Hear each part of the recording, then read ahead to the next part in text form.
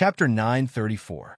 When Meg pulled out the folding grill from under the black cloth and took out a box of beef kebabs, the noisy classroom suddenly fell silent.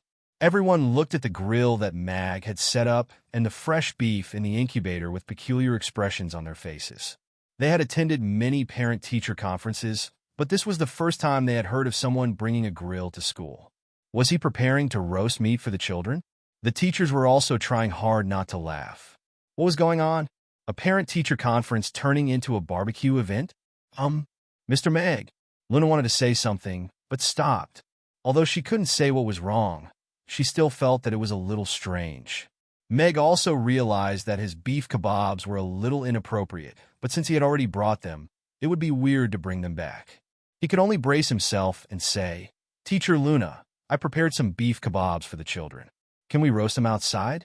Beef kebabs are better when roasted on the spot." He really wants to roast beef for the children on the spot. Everyone roared with laughter. This was probably the most difficult request a parent had ever made in a parent-teacher conference.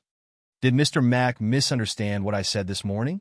George muttered to himself with a strange expression on his face. "Honey, what did you say to Mr. Mack this morning?" Miranda asked in a small voice. "I said that parents usually bring snacks and gifts for the children. Maybe Mr. Mack's idea of snacks is beef kebabs." George shrugged, but a smile soon appeared on his face. "However, we might be in for a treat today." Luna was a little confused. She had never encountered such a situation before, nor had she heard of it from other teachers. According to the school's rules, there was no rule forbidding parents from bringing roasted meat to the parent-teacher conference. However, this was a school after all, and it seemed a little inappropriate to roast meat at school. This made Luna a little confused. "My father's beef kebabs are super delicious. You can't find any better in the world," Amy said proudly to the children. "Mommy, I want to eat beef kebabs. I want to eat too. I want to eat too." After being tempted by Amy and imagining the piping hot barbecue, the children couldn't stay calm anymore. The half-bald lingua franca teacher smiled and said, "Ms. Luna, I think Mr. Meg's suggestion is very interesting. Didn't the school say that we can't have a barbecue during the parent-teacher conference? Why don't we set a precedent?" "That's right. It's rare for our class to receive this year's school contribution award. This is an honor that the kindergarten has never received before." The teacher nodded in agreement. Luna looked at the enthusiastic students and the smiling Meg. She hesitated for a moment before nodding with a smile. "Thank you, Mr. Meg. All right." With Luna's permission, Meg carried the grill and beef out of the classroom. He did not forget to turn around and say to Amy, "Amy, I need your help. I'm happy to be of service." Amy skipped after him, her little face full of smiles. It was really a blessing to be able to eat delicious beef kebabs at school. Class 2 was on the first floor, and there was an open space outside the door. Meg set up the grill in the open space and placed the various condiments and sauces on the grill. The children and parents in the classroom poked their heads out and looked curiously through the windows and doors. "Amy, use a small fireball to burn all the charcoal red," Meg said as he pointed to the smokeless charcoal in the grill. "Okay." Amy nodded. A purple-red flame appeared in her palm and condensed into a small fireball, which she threw into the pile of charcoal. The flame lit up and went out. In the blink of an eye, all the smokeless charcoal in the grill had been ignited. It was bright red and radiated heat evenly. Sally stood to the side and watched with a smile. She couldn't help much with the kebabs, but she could help distribute them to the children after they were done. "Wow, magic!" The children looked at this scene with amazement and admiration on their faces.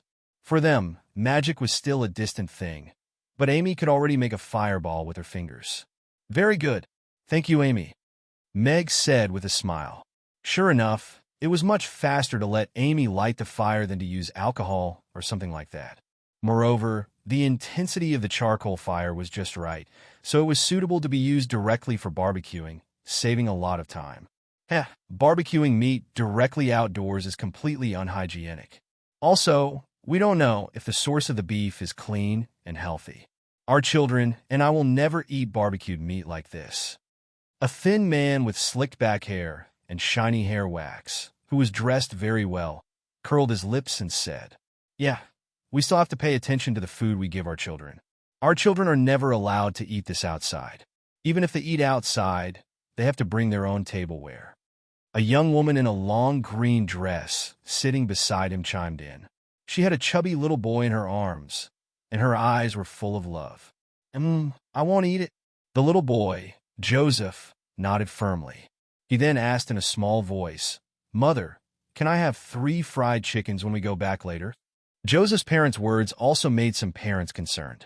Even though Amy's father had good intentions, every child was their treasure, so the parents were a little hesitant about whether they should let their children eat this barbecued meat. Pay attention? Mr. Mac is much more particular than you. Can you find another restaurant in Chaos City that is cleaner than Amy's? George sneered as he looked at the couple. He was looking at Meg, who had already begun to put the kebabs on the grill, with an expectant look on his face. Looks like I have to work harder. Otherwise, I'm afraid I won't even be able to see her heels. Palmer, who was sitting by the window, thought to himself as he looked at the certificate in Amy's hands. There shouldn't be a problem, right? Luna looked in the direction of the principal's office with a worried expression. Even though the school didn't stipulate this, she was the first class teacher to allow parents to have barbecued meat in the school. The marinated beef kebabs were placed on the hot grill, and oil seeped out of the juicy beef, making a beautiful, sizzling sound. The aroma of roast beef gradually began to waft through the air and became stronger and stronger as it spread in all directions. Chapter 935. The rich aroma wafted through the air, and almost everyone in the school building could smell the roast beef. They couldn't help but exclaim in admiration as they tried to find the source of the aroma. Let me tell you, this is the worst batch of students I've ever taught. Even the kids in the lower class have won the school's contribution award, but your children are still transferring books and pens and not studying. The bald homeroom teacher of Class 6, too, who was nearing retirement, was lecturing the children and parents in the classroom on the 6th floor. As one of the oldest teachers in Chaos School, many of the parents in the classroom were his students, so they naturally didn't dare to refute him. They could only listen to his lecture with their children and also experience being lectured by their homeroom teacher again. However, there was a small commotion in the originally quiet classroom. The aroma was like a kitten's paw, gently scratching their hearts. The students and parents couldn't help but look out of the classroom. The aroma was coming from outside, and it smelled like roast beef. However, this was Chaos School, and it wasn't time for the cafeteria to open yet. Who would be roasting beef in school? And during a parent-teacher conference? Who's roasting the meat? It smells so good. Yeah, I'm hungry just by smelling it. The students and parents whispered among themselves, full of curiosity. They even forgot about their homeroom teacher, Hamilton, who was famous for his strictness and iron rule. Hamilton's eyes suddenly became stern. Very few people dared to whisper when he was speaking, not even their parents. Then he also smelled the aroma of roast beef. His eyes lit up, but his brows were tightly furrowed. As he walked out of the classroom, he murmured, "Who dares to roast beef in the school? And it smells so good." The same thing happened in all the classrooms in the kindergarten. The teachers in the strict classes walked out into the hallways, and the students and parents in the relaxed classes also rushed out into the hallways, trying to find that mouth-watering aroma. It's just roast beef. Why is the aroma so tempting? Is this really roast beef? I've eaten roast beef so many times, but I've never smelled anything like this before. Amy's father is so handsome. It's like he's magic. Ma, I want to eat. Class 2 was directly facing Mag's grill, so they could smell the strongest aroma of the grill. He didn't sense any greasy or pungent smell, only the purest fragrance. It didn't make any sense.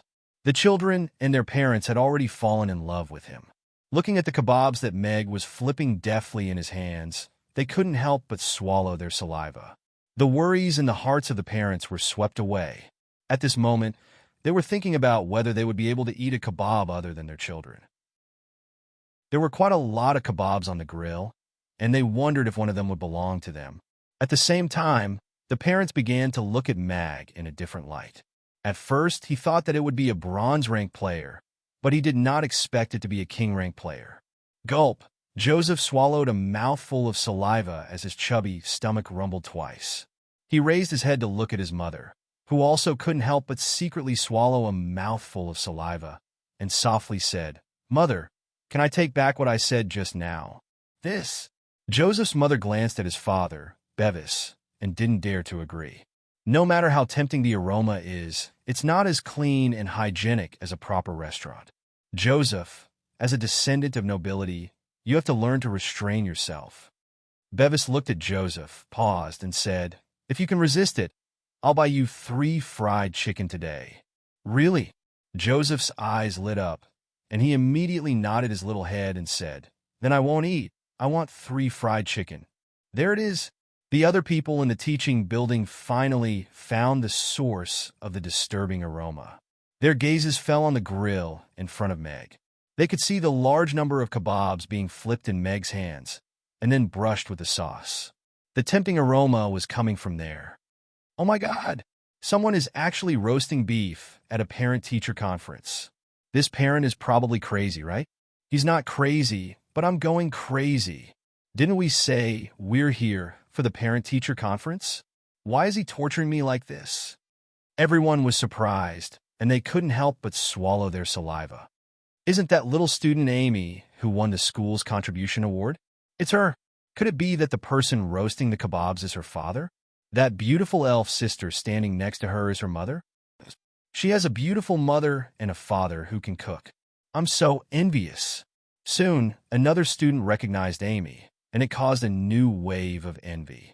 Meg placed a large number of kebabs in his hands in the low-temperature section and said with a smile, "All right, the first round of kebabs is for the children and teachers. Can a few parents come out and help distribute them?" "Let's do it." George and his wife were the first to stand up and walk out of the door. Soon, a few other parents spontaneously came forward to help distribute the kebabs. Joseph doesn't need it. Bevis rejected the kebabs that George handed to Joseph. I don't want it." Joseph's gaze moved away from the kebabs with difficulty, and he muttered in his heart, "Fried chicken, fried chicken, fried chicken." George didn't force him. He shrugged and handed the kebabs in his hands to the child next to him. "Children, the kebabs are still a little hot. Remember to blow on them before eating. Be careful not to burn yourself." Meg didn't forget to remind them. He walked over to Luna and the other teachers with a few kebabs in his hands and said with a smile, "Teachers, have a taste too. I'm drooling just from smelling the aroma. We're in for a treat today." The language teacher took a kebab and took a bite. The kebabs were still a little hot. The language teacher's eyes widened, and he almost couldn't help but vomit. However, the burning sensation on the tip of his tongue was quickly replaced by the deliciousness that followed. The slightly charred skin and the garlic-flavored sauce first melted in his mouth. The garlic aroma that usually assaulted his nose was particularly gentle and delicious at this moment, making him salivate. After chewing carefully, the tender kebabs melted in his mouth. The aroma of garlic and meat wafted out from the meat, and the deliciousness bloomed in his mouth instantly. With every bite, he could feel his taste buds cheering, and he simply couldn't stop eating. After swallowing the kebabs, the language teacher couldn't help but exclaim, "Oh, it's really unbelievably delicious. I've never eaten such delicious food before." The children took a bite of the kebabs, and for a moment, they were full of praise. Chapter 936. The faces of the children who were eating the kebabs were brimming with happy smiles. There was probably nothing more delightful in this world than enjoying delicious food. Deliciousness didn't need to be described with words. Just looking at the children's expressions was enough. The parents sat beside their children with smiles on their faces. At the same time, they looked at Meg with some admiration. When the children went up on stage to receive the award, they didn't seem as happy and blissful as they were now. Meg's culinary skills were really amazing. She's so lucky. Her husband is not only handsome and gentle, but his culinary skills are also so good. It's really enviable. The women looked at Sally with eyes full of envy. Then they looked at the man sitting beside them. He was only in his 30s, but his figure was already completely out of shape. He usually didn't do anything at home, let alone cook. This comparison was simply infuriating. Meg didn't know that he had inexplicably become the role model of a good man in the hearts of women. He also didn't know that he had become the public enemy of men because of a kebab. However, looking at the children who were eating happily, he also had a smile on his face and began the second round of kebabs. Father. Joseph didn't know how many times he had swallowed his saliva. He looked up at Bevis with longing in his eyes. It's already been distributed, Bevis said expressionlessly. His throat moved, and there was some annoyance in his eyes. How could this guy's kebabs be so delicious? It could make all the children eat so happily. Joseph, the kebabs are really delicious. It's really a pity that you can't eat them. The little boy sitting at the side had his mouth full of oil. He looked at Joseph with pity and then took another bite of beef and chewed happily. Sigh. Joseph sighed. There was once a kebab placed in front of him, and he didn't cherish it. It was only after he lost it that he regretted it. If God could give him a chance to start over, he would definitely say, "Please have another kebab." The children and the teacher are all eating. It shouldn't be a problem. Moreover, everyone is eating. It doesn't seem right if only our family doesn't eat. Joseph's mother whispered as she looked at Bevis. The rich fragrance floating in the air was mouth-watering, but her stubborn husband made things difficult for her. Bevis looked at the smiling children and parents. The family of three did look a little strange. After a moment of silence, he said, "You guys eat. I'm not eating." Joseph abruptly jumped up from his chair and ran toward George, who was about to leave with the remaining 2 kebabs in his hands. "Uncle George," he yelled as he ran toward George. "Give me a bunch. I want to eat too." George turned around to look at the chubby Joseph, and a smile appeared on his face as he handed a kebab to him. "Thank you." Joseph gave his thanks and trotted back to his seat with the kebab in hand. He cautiously glanced at Bevis and hesitantly handed the kebab to him.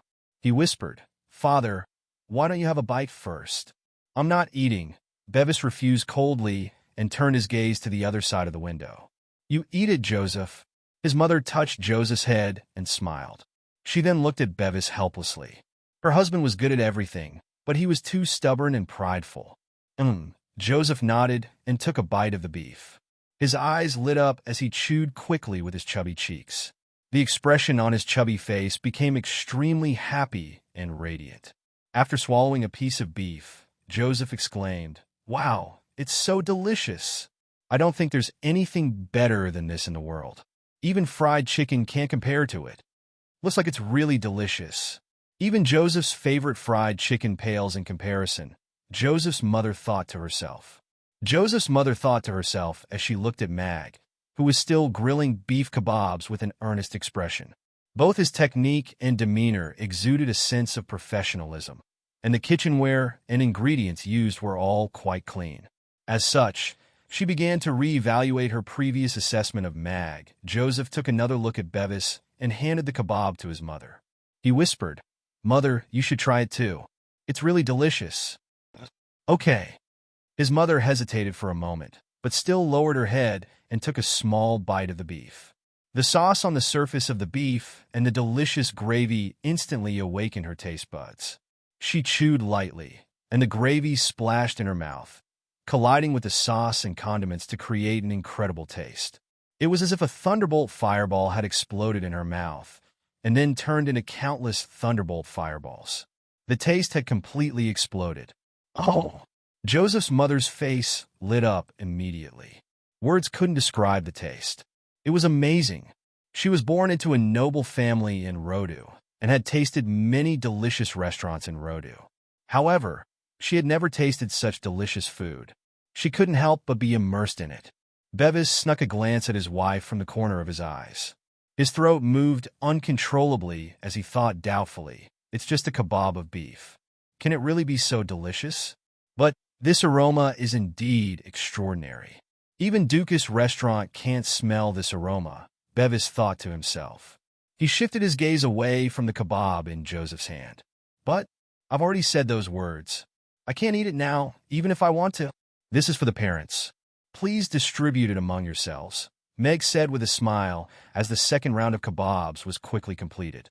The parents, who were already waiting anxiously, were all excited. If it weren't for the fact that they were too embarrassed, they would have snatched it from their children. Luckily, Mr. Mag was considerate enough to prepare a portion for them. "Do you want it?" George asked with a smile as he walked over to Joseph's family with the kebab in his hand.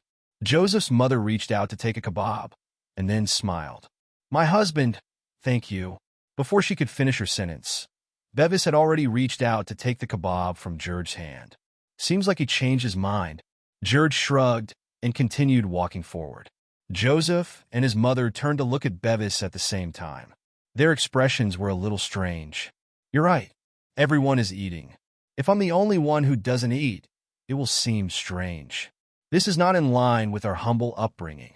It may also cause Joseph to be isolated because of this," Bevis said calmly. "So, although it may not be very clean, I've decided to force myself to take a bite." After saying that, he took a bite of the kebab. Chapter 937. What's going on? The commotion in the elementary school building had also attracted the attention of the administration building. Dean, who had just finished a heart-to-heart talk with a few professors, furrowed his brows. It wasn't unusual for parent-teacher conferences to be lively. The school's original intention was to allow children and parents to interact more and cultivate feelings. However, listening to the noise now, it didn't seem to be the case. It was more like a bustling market. Dean, I think it's caused by a parent roasting beef kebabs in the elementary school," an assistant teacher said with a strange expression. "Beef kebabs? Which muddle-headed parent would actually roast beef in a place like the school?" Dean raised his eyebrows and exclaimed, "Could it be because the barbecue was on fire? Otherwise, why would there be such a commotion?" "There's no fire. It's because the smell of the roast meat is too fragrant. The students and parents can't sit still anymore," the assistant said with a sigh. The assistant said with some emotion, "That wonderful fragrance is really too amazing." Many teachers in the administrative building specially rushed over. "Nonsense. As a teacher, how can you be so disrespectful?" Dean waved his sleeves and walked to the door with a dark expression. "The homeroom teacher of elementary school is Luna, right? Looks like she's gotten a little carried away after being praised by the principal. Now that she's causing such a commotion, we'll become a laughingstock. I have to talk to her." "Dean, the principal," the assistant said weakly as he watched Dean disappear through the door. "He's also there." Dean walked to the entrance of elementary school with a dark expression. When he was about to interrogate the principal, he suddenly saw the principal standing in front of the grill with a beef kebab in his hand. He said with a smile, "Children, we would like to thank Mr. Meg for bringing us such a delicious feast. This small beef kebab is the embodiment of the best cooking in Chaos City. Even the king of the Roth Empire didn't get to taste this kebab at his birthday banquet. This Amy's father won the Best Chef Award at the king's birthday banquet not long ago. The restaurant he opened in Aiden Square is called Mamie's. I'm sure some of the customers have heard of it, right?" "Amazing." After hearing Novin's words, everyone looked at Meg in a different light. They felt that the beef kebab in their hands had become heavier. He's actually the chef who attended the king's birthday banquet, and he won the Best Chef Award." Bevis's eyes were filled with shock. He thought of what he had said before and blushed. He lowered his head and took a bite of beef. "Oh, he's indeed the chef that even the king's praises. This beef is too delicious." Bevis praised in his heart. "Father seems to like it too. This is a terrible thing. Adults really like to deceive people. Their mouths say they don't want it, but their bodies are honest." Joseph looked at Bevis with some disappointment. "Mamie's? I think it's a very famous restaurant in Aiden Square recently. I've heard from my friends that you have to wait for a long time to go there, but it's still full every day. Also, the price is even more expensive than Dukas Restaurant." He's the boss and the head chef?" Joseph's mother was also looking at Mag with astonishment on her face. "Mr. Mac, of course I'm very familiar with it. I feel uncomfortable all over if I don't go to Mamie's for a day." A few of Mamie's regulars continued Novin's words and caused a round of laughter. "You're too kind, Principal. It's my honor to be able to make a beef kebab for the children and teachers." Meg looked up at the crowd in the corridor and apologetically said, "Also, my actions were too reckless." I've disrupted the order of the parent-teacher conference. This. Dean looked at the scene, and his expression was completely frozen. He had come to denounce the culprit, but he bumped into the principal praising the culprit. And this culprit was the father of Amy, who had just won the school's contribution award. You'll have to ask our dean if you've disrupted the order. Novin turned to Dean with a smile and said, Dean, you also came because of the aroma, right? Do you want to try the beef kebab that Mr. Meg just made, and then we can talk about this disruption? Of course, I have to try the food that the principal praised. Dean controlled his expression and walked up with a smile. However, this smile was still very intimidating in the eyes of the students. The scariest person in Chaos School was not Principal Novin, but Dean, who was known as the Smiling Tiger. Dean! Luna was a little nervous. Not only did the students call him the Smiling Tiger, but the teachers also called him the Smiling Tiger in private. Even the teachers were afraid of him. Meg's kebab had caused such a huge commotion, and he wasn't here to denounce them, was he? Please have a taste, Dean. Meg handed the last kebab to Dean with a smile. The kebab was already done, and the students and parents were late for the kebab. The worst that could happen was that his tools would be confiscated, so he wasn't that nervous. Dean accepted the kebab and took a bite. He wasn't expecting much at first, but after the kebab entered his mouth, his eyes immediately lit up. He had never tasted anything like this before, and the taste buds on the tip of his tongue were jumping with joy. The more he chewed, the more fragrant the kebab became. This feeling was so blissful. After finishing the kebab in one go, Dean still wanted more. He gave Meg a thumbs up and said, You're right, Principal. This kebab is indeed a delicious feast. I can understand why everyone is attracted by the aroma. It is indeed irresistible. Everyone laughed upon hearing that. They didn't think that the Smiling Tiger would have a reasonable side to him. Chapter 938. The parent-teacher conference ended in a relatively harmonious atmosphere. Meg folded up the barbecue rack that Sally had cooled and cleaned, wrapped it in a black cloth, and carried it on his back. Holding Amy's hand, he followed the crowd to the school gate. Goodbye, Uncle Meg. Bye-bye, Amy. Amy, remember to ask your father to cook for us next time. Along the way, the children of Class 2 greeted Meg and Amy. Obviously, they had been completely won over by Meg's cooking. The parent-teacher conference is so fun. I love it. Amy held Meg's hand with her left hand and Sally's with her right hand with a happy smile on her face. Meg and Sally looked at each other and smiled at the same time. Thank you. Meg looked at Sally and said earnestly, You're welcome. Sally looked down at Amy and smiled. This is also an interesting and wonderful experience for me. Sister Aisha, it would be great if you could live with us forever. Amy looked up at Sally and smiled. Sally's heart trembled at the sight of Amy's innocent smile, and she fell into a momentary daze. That's right. If I could live a carefree and happy life like this, then it would indeed be very satisfying, but she smiled and didn't say anything. Amy didn't mind Sally's silence. Looking at her face, she continued, Sister Aisha, you look so beautiful when you smile. Smile more every day in the future. Yes, I will. Sally was slightly taken aback, and then nodded. She had indeed smiled a lot today. Mag easily pushed his bicycle out of the horse-drawn carriages, much to the envy of all of the horse-drawn carriage drivers. Hold on tight, we're going. Amy sat on the crossbar of the bicycle, and Sally sat on the back seat. Meg reminded them and then stepped hard on the pedals, and the bicycle rushed out with a whoosh. Sally's body swayed, and she subconsciously reached out and hugged Meg's waist. Meg's body stiffened. Although he was no longer a teenager, being hugged by a fairy-like girl sitting on the back seat of the bicycle reminded him of his youth. Thinking back, he felt a little happy, and then he gradually relaxed. Sally also quickly realized that her actions were a little inappropriate, and a blush immediately appeared on her face.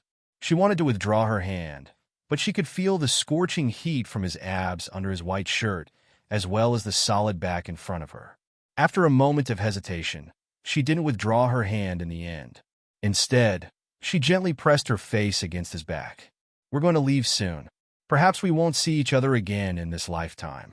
It's a pity that I wasn't the first to meet such a man.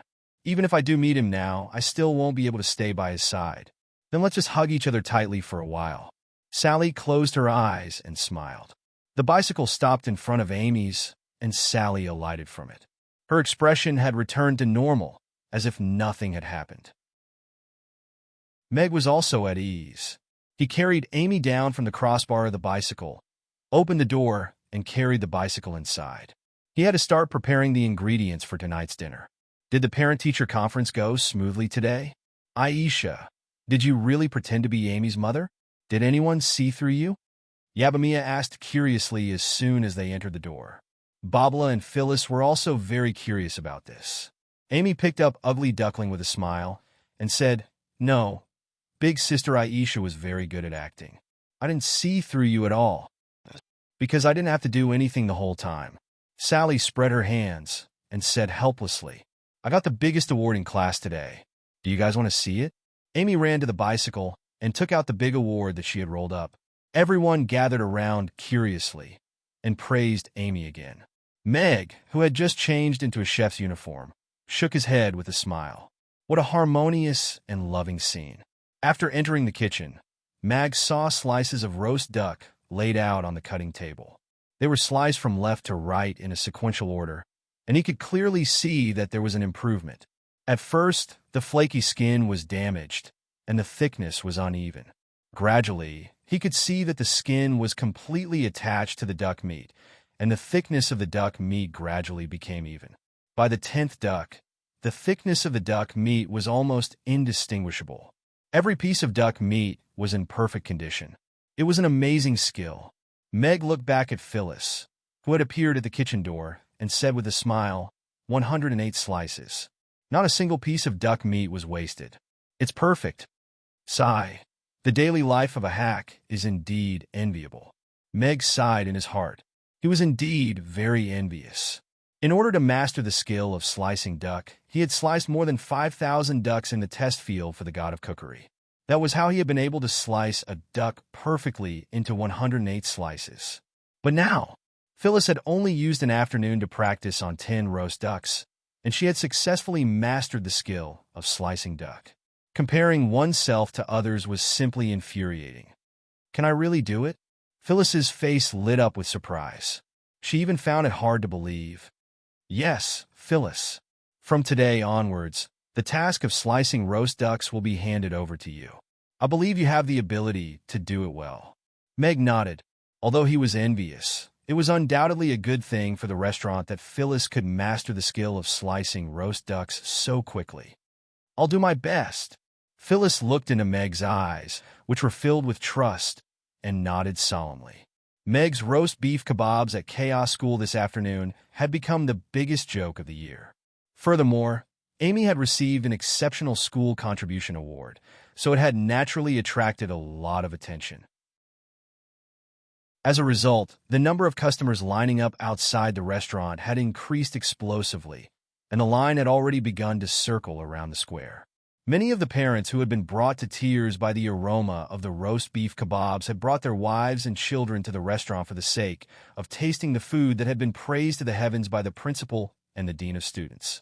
Of course, after entering the restaurant, the families who weren't very well off all wore reluctant expressions after seeing the prices on the menu. Some of them excused themselves, saying that they didn't have any food that they liked, while others bought a beef kebab for their children. As for the parents who could afford the price, they happily sat down and waited for the food to be served. Joseph's family of 3 was currently sitting at a table in the corner of the restaurant. Chapter 939. With Phyllis's help, Meg's efficiency increased again. 100 roast ducks could feed 200 customers, so the number of customers served at Amy's had increased to 500. Of course, this didn't include the customers who ate beef kebabs and Laji Ruggiamo on the way. Everything else was fine, but Meg felt sorry for Yabamiya, who was serving the dishes with trembling hands, and Sally, who was receiving so much money that her hands went limp. Damn it, I was so emotional today that I forgot to put up a recruitment notice. Mag looked on at the departing customers, and a very important thought suddenly occurred to him. Sally was going to be leaving after today. With the restaurant's current situation, he He was afraid that he would have to stop working. Meg looked at Sally, who was clearing the table, and sighed silently. As expected, he still didn't want her to leave. He was even subconsciously avoiding this matter. However, Sally was going to leave in the end. He would put up a recruitment notice tomorrow and reduce the number of customers. He would slowly increase the number of employees when he found suitable ones. Meg still didn't want to put too many waiters in the restaurant. He didn't like the feeling of being too crowded. After the dinner service, the finishing work was quickly done. Yabamiya held Barbara's arm and looked at Sally with a smile. Aisha, let's go back. It's so cold tonight. I'm going back a little later. Sally shook her head slightly. She looked at Yabamiya and Barbara and hesitated for a moment. Then she went up to them and hugged them. She smiled and said, "It's so nice to meet you." Yabamiya and Barbara looked at Sally in confusion. They didn't know why she suddenly had such a strange feeling. "I also think it's so nice to meet you." Yabamiya nodded and said with a smile, "Then come back early. It's so cold outside." "Boss, we'll go back first." "Let's go." Barbara took a deep look at Sally, raised her hand, and left hand in hand with Yabamiya and Phyllis. "Are you sure you don't want to say goodbye to them formally?" Meg stood at the entrance of the restaurant and looked at Sally, who was watching the two leave. "That's pretty good. At least the only thing left in each other's memories are smiles, right?" Sally shook her head before turning to Mag with a smile and said, "Thank you, Mr. Mag, regardless of whether it was agreeing to let me stay or taking care of me during this period of time, or keeping my secret. I have to thank you for everything." Meg looked into Sally's eyes and said with a smile, "I should be the one thanking you, Miss Sally. Thank you for working hard every day. Thank you for being Amy's mother today. Thank you for being friends with me all this time." "You?" Sally's eyes flashed with surprise. "How did you know?" "It was a coincidence." Meg shrugged. "Then should I thank you again?" Sally asked with a smile. "No, I should be the one thanking you for not killing me." Meg shook his head with a smile. He then pulled out an intricate music box from behind him. Within the transparent crystal cover was a half-elf girl in a purple dress. There was also a gold-threaded purse, which he handed to Sally. "What's this?" Sally's eyes lit up at the sight of the music box. She reached out to take it, and the half-elf girl was surprisingly Amy. Meg looked at Sally with a gentle expression and said, "The departure gift is the same as your salary for this month. The function buttons are the same as Amy's. The dances and songs that you've learned are also included. There are also some new songs and dances that you can slowly study. If you can't move them one day, take them out to dry in the sun. They'll be able to move again in half a day." Sally looked at Meg with reddened eyes. After a while, she said, "Thank you. Come back when you're free. It's my treat." Meg's smile was still warm and bright. Sally looked at Meg's smile in a daze. The first time she pushed open the door to Amy's, she was greeted with the same smile. "Okay." She nodded and put away the music box and the purse. She looked past Meg at the restaurant. This was the place where she had spent most of her time after she ran away from home. She had seen it grow from a sporadic customer to a bustling restaurant. She had experienced the excitement of trying to get on the charts, and also the danger of being attacked. It was a warm and cozy place like home. "Say goodbye to Amy for me." Sally retracted her gaze and looked at Meg again with a smile. "I think I'll be back. We'll all be waiting for you." Meg also smiled. "Goodbye." Sally turned and slowly walked away. "Goodbye," Meg said softly as he stood at the door until his thin figure completely disappeared into the night. What a terrible winter. Meg tightened his clothes and entered the restaurant. The door slowly closed behind him, and the moonlight shone down on the amber wine in the wine glass, making it appear particularly cold. He then took a sip. Meg calmly washed the wine glass and hung it back on the glass rack. He then turned off all of the lights as if nothing had happened and made his way toward the stairs. As soon as Meg reached the staircase, Amy, who was sitting on the stairs with Ugly Duckling in her arms, asked in a quiet voice, "Father, is big sister Aisha not coming back?" Meg looked at Amy and made his way over to her with a smile. He patted her head gently and said in a gentle voice, "She said she'll come back, but it might not be tomorrow." "Then what about the day after tomorrow?" Amy looked up at Meg. Perhaps it'll be even later. Meg shook his head. He squatted down to look at Amy with a smile and said, Big Sister Aisha said that she also likes you very much, so she'll definitely come back to see you. A smile reappeared on Amy's face, but it was quickly replaced by a dejected look as she said, But I didn't tell Big Sister Aisha that I also like her very much. She knows. She's an adult, and she knows that Amy also likes her very much. Really? But I'm definitely going to tell her in person the next time we meet. On a tall mountain outside Chaos City, Elliot looked at Sally with a smile and said, Have you all bid farewell to each other? Sally looked into the distance and calmly replied, You know that I'm not good at saying goodbyes. Elliot looked at Sally, and his lips moved. After a while, he said, Sally, you must hate me very much, right? Sally didn't reply to him. Instead, she continued to look into the distance with a calm expression and asked, Father, are we bandits? We're elves born from nature, and we're protected by the god of life. How could we be bandits? Elliot's brows furrowed slightly. Sally turned to look into Elliot's eyes and calmly asked, But what we're doing now is no different from bandits. Elliot looked into Sally's eyes and opened his mouth, but he didn't know how to respond. Chapter 940. You still can't do it? What is this thing? Old friend, can you still hold on? In the spacious cave, the branches and leaves of the tree of life had already turned yellow. The dark brown color had spread from the roots all the way up and almost covered the entire tree trunk. There was no sign of life at all. Wisps of black smoke seeped out of the branches, carrying with them the terrifying aura of death. Irina sat with her legs crossed under the tree, and her face had become extremely pale due to the constant use of magic and mental strength. She looked up at the tree of life, and her face had become extremely pale. The branches of the tree of life swayed weakly and gently swept over Irina's head. The cave entrance was glowing with a faint green light, and it seemed that it was about to open. I'm not leaving. If even you are invaded by the aura of death, the elven race will be completely abandoned by the goddess of life, and we will fall into the endless abyss. Irina shook her head with a determined expression as she said, I don't know when Mother will come out of seclusion. Before she comes out, I have to protect you and the wind forest. The branches of the tree of life swayed and emitted a whimpering sound as if they were crying. Soon, tonight, I will be able to obtain powerful energy, and the Norland continent will bow before my feet. Outside the cave, a full moon hung high in the sky. Borg looked in the direction of the cave with a crazed expression. Thin black lines crawled from his neck to his face, making his entire face appear extremely sinister. Black mist emanated from his body, and all kinds of ghostly faces appeared behind him. It was as if something was about to emerge from his body. What's this?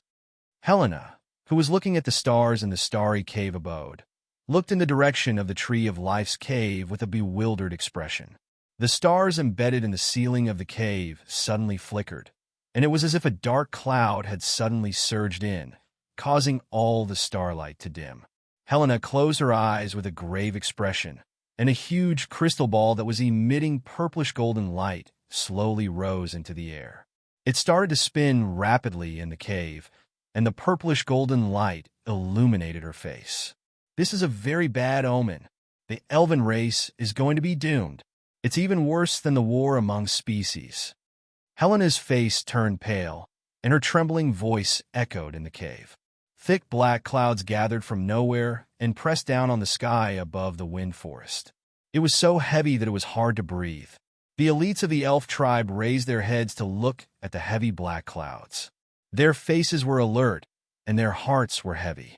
No one knew what was going on, but they were sure that the black clouds were abnormal and made them feel uncomfortable. Come, God of Death, descend. I'm willing to be your servant and your spokesperson on the Norland continent. Borg raised his hands above his head with a crazed look on his face. A clap of thunder rang out, and a black lightning bolt shot out from the dark clouds, striking towards the tree of life in the cave. Scram! Irina roared. A beam of holy light shot out and collided with the black lightning. It exploded and was annihilated at the same time. Another clap of thunder sounded. Dense bolts of lightning flew out from the dark clouds and fell like raindrops. All of them were aimed at the Tree of Life. The silent Tree of Life suddenly lit up with a dazzling green light. Countless branches stood up and formed a round shield above Irina's head. Boom, boom, boom. Bolts of black lightning struck the round shield, and the branches were severed and charred black. The black patterns on the tree trunk seemed to have come alive and began to spread toward the branches in a frenzy. The green light became dimmer and dimmer, but the round shield above Irina's head didn't budge at all. It didn't back down at all. Old friend. Irina's eyes glistened with tears, but the magic caster staff in her hand couldn't light up anymore. Come on, come on. This world is going to be mine. Bord's body was already trembling. His crimson eyes were like that of a demon's. A hideous, evil spirit condensed behind him and looked at him with a covetous expression. How dare these fellows interfere with my farming? Don't they know whose world this is? I'll spit a mouthful of salt soda water at them. A line of small words floated across Meg's mind. However, because the words were too small, Meg didn't notice them. At the same time, a torrential rain suddenly fell from the sky in the wind forest. A success. Heavy rain fell from the black clouds like a torrential downpour. Each raindrop was like a sharp arrow, easily piercing through the thick black clouds. It was also like sparks landing on a foam box. The evil dark clouds seemed to have met their scariest nemesis, and were instantly annihilated upon contact with the raindrops. The dark clouds were almost completely annihilated in the blink of an eye. What? Borg looked up at this scene with disbelief in his eyes. However, the black shadow behind him suddenly let out a shrill cry of fear.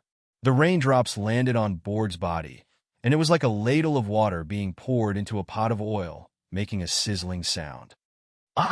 Borg raised his head and let out a shrill cry. The black patterns that had already crawled all over his face seemed to have been cut open by a knife and then forcibly peeled off. The pain made him go crazy. The shadow behind him kept changing its form under the baptism of the rain, but it still couldn't avoid the rain. It was like a clay figure, and it kept shrinking under the washing of the rain until it completely disappeared. This is? Irina looked up in surprise. The black lightning that fell on the round shield suddenly disappeared, and what came next was a torrential downpour.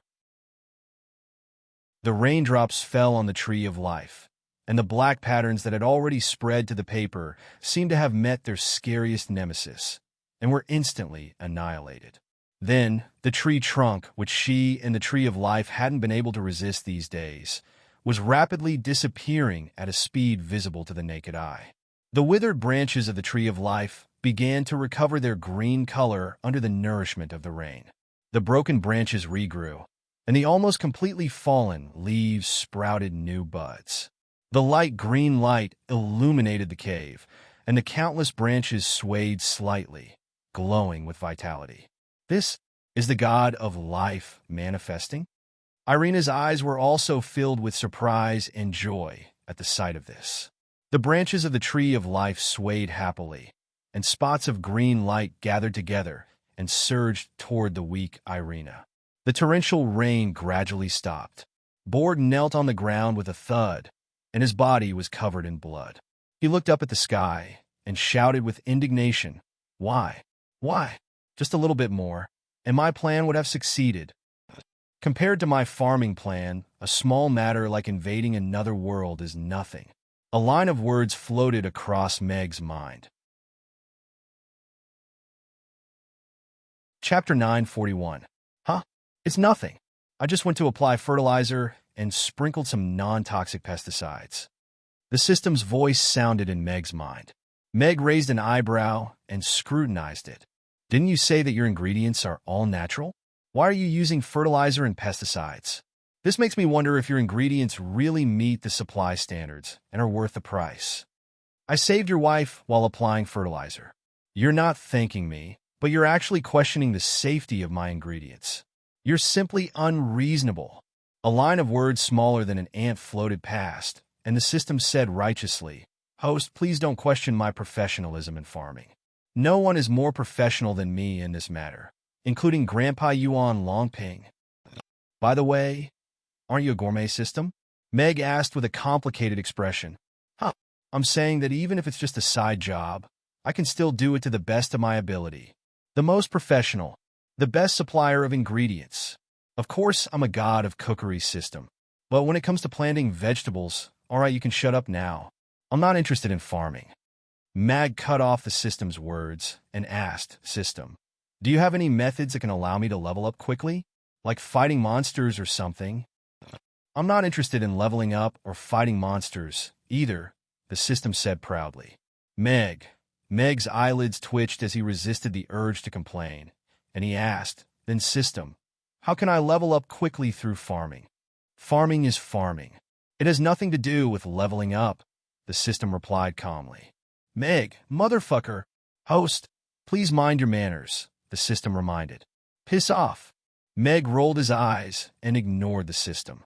He looked at Amy, who had fallen asleep with ugly duckling in her arms, and kissed her demon gently. Then he tiptoed out of the room and went to the balcony. He took out his long sword and began to practice swordsmanship. The trip to Rodu and the Wind Forest made Meg realize the importance of power. In the face of absolute power, even the system couldn't do anything. Although Ozzy was very strong, it was obviously unrealistic to rely only on Ozzy when facing a truly powerful level 10 expert. Whether it was the Wizard Tower or the elves who had imprisoned Irina, they were not enemies that Z could deal with. He had to become stronger and return to Alex's peak strength. Only then would he be able to survive the upcoming chaotic times. Of course, it was not enough for him to be strong alone. He needed some helpers. A plan had already formed in his mind, but he wasn't sure if it could really be carried out successfully. The black heavy sword slashed out noiselessly in the darkness. It was as nimble as a spirit snake and as fast as lightning. After negotiating with the system, Meg added a silencing and anti-peeping barrier to the balcony. Although it cost Meg a lot of gold coins, it was very important for Meg to have a safe training ground now. An hour later, Meg, who was covered in sweat, stopped practicing. He put away his long sword and went downstairs to take a quick shower. Then, he lay down on the bed and got ready to sleep. Reminder: the delicious cuisine competition will start from tomorrow onwards. Host, please pay attention to the time. Just as Meg was about to fall asleep, the system's voice sounded. Meg opened his eyes immediately. He frowned and muttered to himself, Looks like the eggplant with garlic sauce will be released tomorrow. The taste is still a little worse than the one I had last time. I haven't gotten anyone to try it yet, but it shouldn't be a big problem, right? The next day, Meg woke up early in the morning. He made several servings of eggplant with garlic sauce in the kitchen. After tasting them one by one, he confirmed the final version. Although it was more delicious than most of the eggplant with garlic sauce he had eaten in his previous life, it was still a little worse than the eggplant with garlic sauce he had eaten in that tiny restaurant in his memory. There should be no problem with the recipe. Meg could only assume that the eggplant with garlic sauce had become more delicious because of time and memory. He couldn't find a way to improve it for the time being. Eggplant with garlic sauce. I hope you can shine in this different world. It's up to you whether I should dress up as a girl and dance to the Elysium. Meg threw all the eggplant with garlic sauce he had made into the kitchen waste bin and prepared to go out to the morning market to buy some eggplants. Knock, knock. There was a knock on the door. Phyllis is here so early? Meg untied his apron and hung it aside. He made his way to the door with a hint of surprise on his face. He had woken up an hour early today, so there was still some time before the appointment time that he had made with Phyllis. Phyllis. Meg's voice abruptly trailed off as soon as he opened the door. He looked at the two people, or to be more precise, two elves standing at the entrance of the restaurant. A peculiar expression appeared on his face as he asked, Miss Shirleyna, why are you here so early? The person who had arrived wasn't Phyllis. Instead, it was Blower or Shirley, who was holding Anna's hand. He was dressed in female clothing, and he was now an astonishingly beautiful cross-dresser. He was most likely the most beautiful cross-dresser that Meg had ever seen. No matter how he looked at him, he was completely flawless. No matter how he looked at him, he was a very natural and beautiful woman, including his voluptuous breasts. Meg wasn't sure what he had stuffed into his breasts, but there was no way that coconut shells and steamed buns could reach such a level of richness. However, silicone seemed to be a little too advanced. Could it be that a cross-dresser had invented silicone in this world to make himself look more natural? Of course, none of that was important. What was important was that Meg wanted to know why Blower had brought Anna here so early in the morning. Could it be that Sally had left, so he had to leave as well? "Good morning, Uncle Meg," Anna greeted with a smile as she looked at Meg. Blower looked at Meg with a reluctant expression and said, "I'm here to take over her shift." "She should have told you in advance, right?" It was a pleasant female voice that was gentle but not seductive, and it was very suitable for his current disposition. "Huh." Meg faltered upon hearing this. He felt as if he had misheard, and hesitated for a moment before asking, "Who did you say you're here to take over her shift? Is there a second person who needs to take over her shift?" Blower raised an eyebrow as he looked at Meg. Meg's eyes widened upon hearing this. He turned to Blower with a peculiar expression and asked, "Did Aisha ask you to come here? Did she ask you to take over her shift?" "I didn't want to be a waitress, but she's going to do something big, so I have to do a good job for her. Otherwise, I won't be able to live with myself." Blower nodded before heaving a forlorn sigh with a pained expression. "With my beauty, I'm the most beautiful person in the world. It's such a waste of my beauty and youth to be reduced to a waitress." Anna. Meg repressed the urge to retort as he reappraised Shirley. He didn't think that Sally would find a successor for him before she left. As expected, she really was a considerate girl. In terms of looks, setting aside the fact that she was a cross-dresser, Shirley was indeed one of those stunningly beautiful women. She was perfect for a waitress role. However, looks alone weren't enough.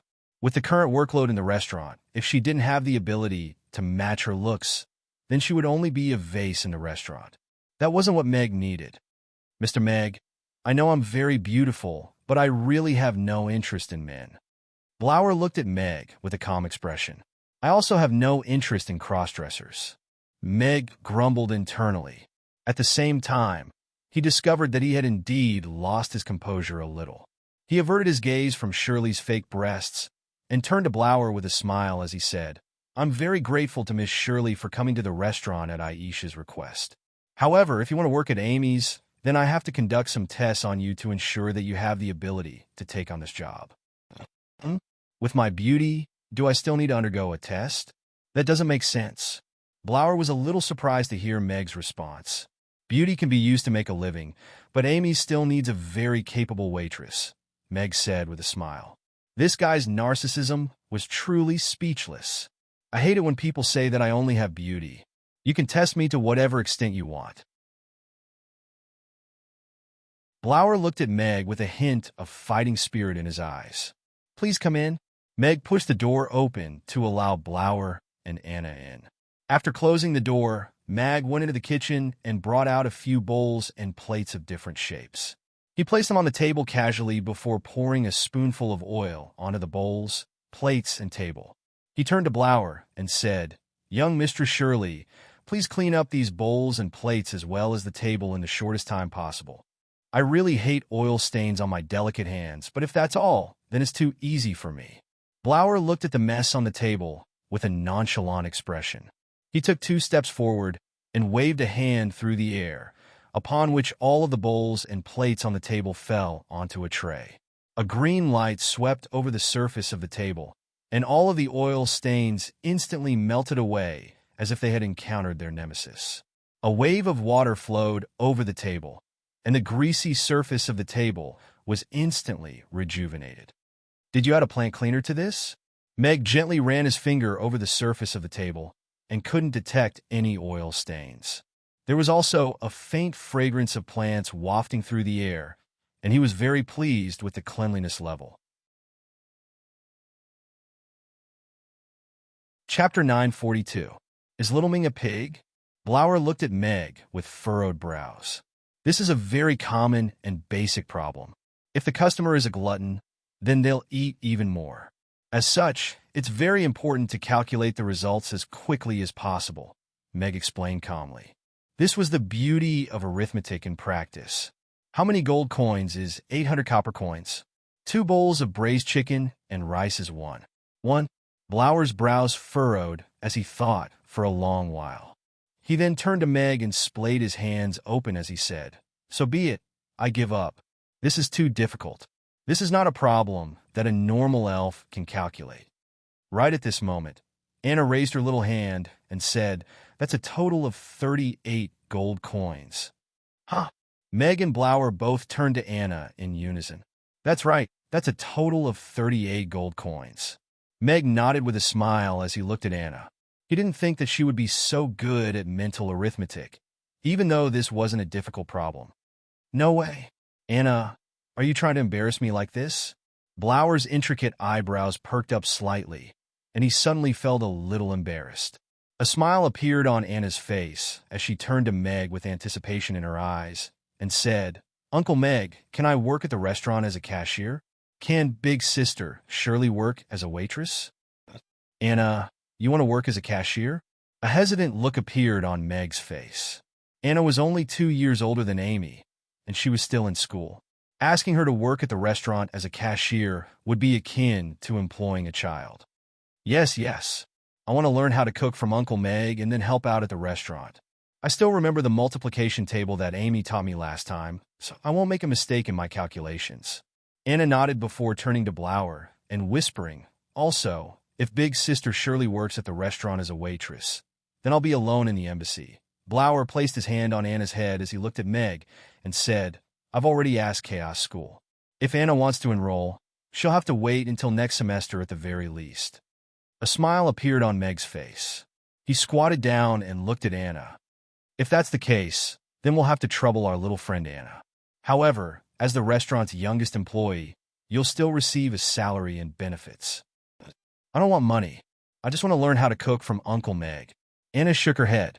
Blower raised an eyebrow and said, "How can you work for free, little guy? We have to take the money." "That's right. Otherwise, I would become a black-hearted boss who exploits child laborers." Meg also nodded with a smile. He stood up and extended a hand toward Blower as he said, "Congratulations, young Mistress Shirley. You've been accepted." "Congratulations, Mr. Meg. You've accepted me." Blower extended a hand to shake Meg's hand, and both of them smiled at the same time. "Take a seat first. There's still some time before the opening hours. I'll go and prepare some suitable work clothes for you too. Looks like I can put away the recruitment notice I prepared yesterday." Meg placed the recruitment notice on the counter into the cupboard with a smile. He poured 2 cups of warm water for both of them before making his way upstairs. "I like to wear my own clothes." Blower looked at Meg's departing figure. "You have to wear work clothes when you're working," Meg replied without even turning around. After going through the women's clothing library provided by the system, Meg finally chose a modified version of Han Chinese clothing for Shirley. It was a waist-length dress with a plain white top and a long red skirt with golden embroidery on the sleeves. As for Anna, Meg chose a blue cotton dress with a small jacket for her. The weather was getting a little cold, so she had to wear more clothes. Ding! 3,000 copper coins have been successfully deducted. Customizing women's clothing. 3 minutes later. Ding! The goods have been delivered. Please accept them. Meg carried 2 sets of clothes downstairs and placed them in front of Shirley with a smile as he said, "These are your work clothes. The restaurant is severely short on manpower, so you'll have to start work this morning." Meg had already decided that when Blower put on women's clothing, he would treat him as Shirley. After discarding his preconceived notions, he would become a lot more natural around her. "What a beautiful dress and jacket." "Thank you, Uncle Meg." Anna hugged her clothes as she looked at Meg with a sweet expression. "What's this?" Shirley looked at the Han Chinese clothing and hesitated for a moment before reaching out to touch it. The material was smooth to the touch, so it should be made from the best silk. However, the clothes were separate from the dress, and one was red while the other was white. She found it very strange no matter how she looked at it. "All right, this is the Han Chinese clothing. Even though it's an improved version, it's still a little complicated to put on." As for the clothes, Meg began to explain in detail how to put on the Han Chinese clothing. Even though it had been improved, it was still a little complicated for people who were experiencing it for the first time. You can change into the clothes in the bathroom upstairs. I'm going to the market to buy some ingredients now. Make yourselves at home. If Amy wakes up and I'm not back yet, you can tell her that I'll make breakfast for you when I come back, Meg said to Shirley before pushing his bicycle out. Big sister Shirley, do you want to change? Anna asked Shirley with the clothes in her arms. Shirley looked at the clothes on the table and hesitated for a moment before pursing her lips. I'll just put it on casually. If it's too ugly, I won't wear it. 10 minutes later, Shirley, who had changed into the new clothes with some difficulty, looked at herself in the mirror with a look of disbelief. The white button-down top matched with the dark red waist-length dress. The strong contrast between the white and red made one's eyes light up. It was like a red plum blossom blooming in the snow, appearing exceptionally outstanding. It was neither charming nor charming, and it had a sense of pride. It was so compatible with her temperament that it was much better than the long dress she liked the most. The unique style and wonderful combination had achieved such an incredible effect in the end. It was really beyond her expectations. There were a few exquisite patterns on the collar and sleeves with gold thread. It was generous and exquisite, making the white clothes look even more stylish. What was even more amazing was that this set of clothes seemed to be tailor-made for her. It fit her so well that even the length of the sleeves was exactly the same. This is too good, isn't it? Looking at herself in the mirror, Shirley was silent for a long time before she couldn't help but exclaim in admiration. Creak! Chapter 943. Shirley was stunned for a moment and almost jumped up. Her usually calm expression suddenly changed. She quickly waved her hands and said, "Little Amy, you can't say that. How could I have slept with him? But if you didn't sleep with him, then why are you changing in the bathroom? And it's not time for the restaurant to open yet. Father won't let customers in early, much less let others into the bathroom." Amy looked as if she had seen through everything. Shirley was stunned for a moment. Although the situation wasn't like that, why did it feel like there was a good reason? Amy. At this moment, Anna's voice came from the staircase. Anna, who had already changed into the blue Lolita dress, poked her head out from the staircase. Then, she ran up with a smile. When she saw Shirley in the bathroom, her eyes lit up. Her mouth opened slightly as she exclaimed, "Wow, Sister Shirley, you look so beautiful after changing into your work uniform." Work uniform? Amy looked at Anna with surprise and confusion. Sister Anna, why are you in the restaurant too? Sister Shirley and I have already become employees of the restaurant. Our clothes are the work uniforms given to us by Uncle Meg, Anna said with a smile. Shirley regained her composure and nodded slightly. That's right. Then, she looked at Anna gratefully. She didn't expect this little fellow to help her out. So that's how it is. Amy looked at Shirley with a little disappointment. She thought to herself, there's one less important piece of information that I can report to Sister Irina. However, Amy's expression quickly lit up again. She grabbed Anna's hand and said happily, "That's great. I can see Sister Anna every day from now on." Yes, yes. Anna's face was also filled with a happy smile. System, look at how cheap this fresh eggplant is. It's less than a copper coin per kilogram, and it's big in shape. You'd have to rely on genetic mutation to make eggplants this big on Earth, right? Such good stuff. I have to buy more. Meg thought to himself as he strolled around the market and looked at the eggplants that were as big as winter melons. Host, you must be very curious. You've already done all the ingredients and procedures to the extreme, but you still can't make the eggplant with garlic sauce taste as good as you expected, right? The system asked calmly. Meg stopped in his tracks and asked hesitantly, "Why? System, are you going to give me the complete recipe?" No. The system is very pleased that the host has successfully researched the best recipe of eggplant with garlic sauce with his own efforts and research spirit. What you lack now is not skills, but the best eggplant. When things reach an extreme, they will move in the opposite direction. If an eggplant is as big as a winter melon, it means that it can no longer be called an eggplant. An eggplant that cannot be placed on the grill is an eggplant that has lost its soul. The eggplants grown by this system are produced on the southern slope of Dragon Island's Feichuan Mountain. The sunlight is long and the intensity is high. The volcanic ash provides fertile soil and nutrients for the eggplants. It has the advantages of both long eggplants and round eggplants, perfectly retaining the flavor of eggplants on Earth. It's the best choice for eggplants with garlic sauce and grilled eggplants with spicy sauce. The system's voice sounded with the special passion of a salesperson.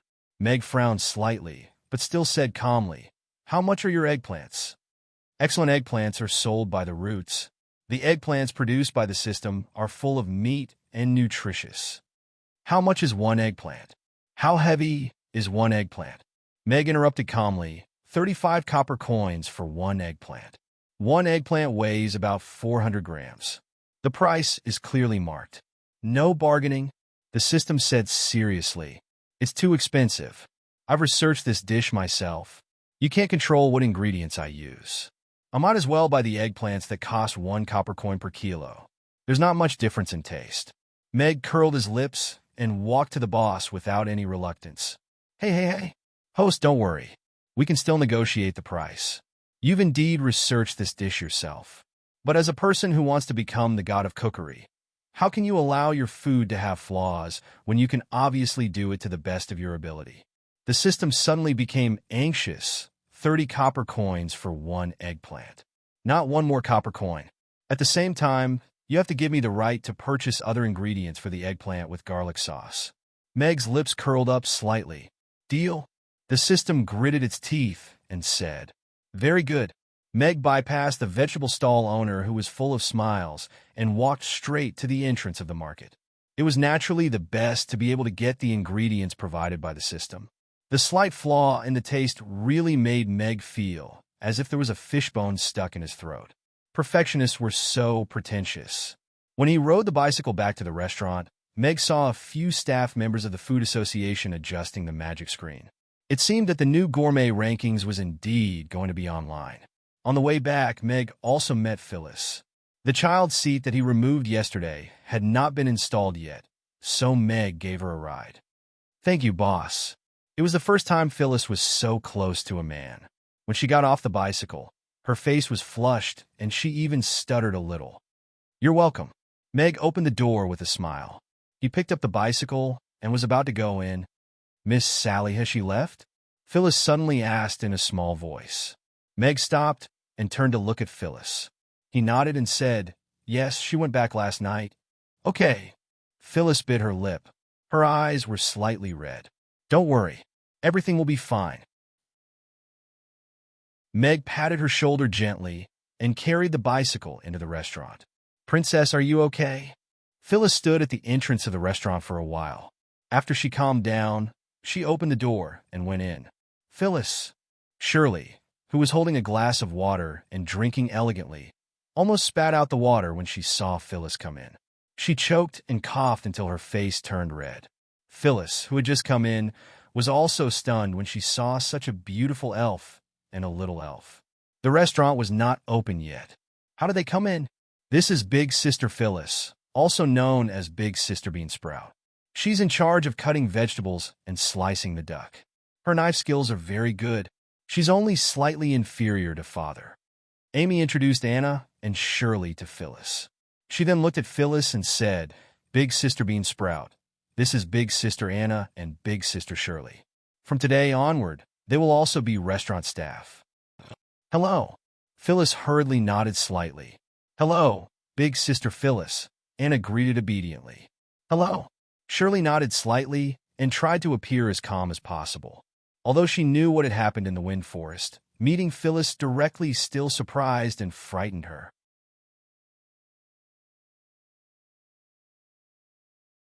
Chapter 944.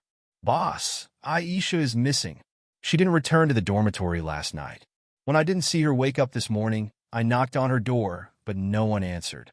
I opened the door and went in, but she wasn't in the room. I searched the entire dormitory, but couldn't find her. Now, what should we do now?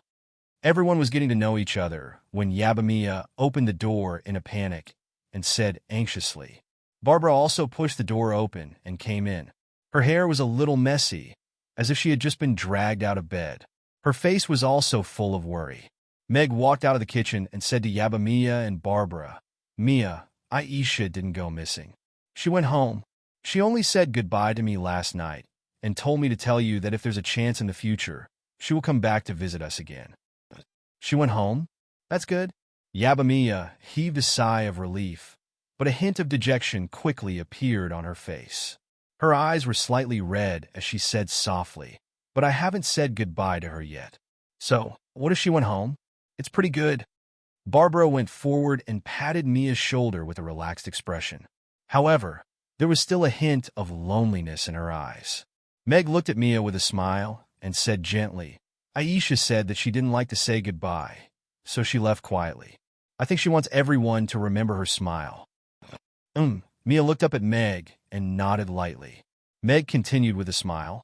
"Then let me introduce everyone to our new friends who just joined the restaurant today. Shirley and Anna, who everyone is already very familiar with. From today onwards, they are also members of Amy's. I hope that everyone can get along well at work and have a relaxed and happy life. I'm the cashier, Anna. Nice to meet you." Anna stepped forward and smiled sweetly. "I'm Shirley." Shirley stepped forward and nodded slightly. Yaba Mia looked at Shirley, and her eyes lit up. She exclaimed in amazement, "Wow, what a beautiful young lady.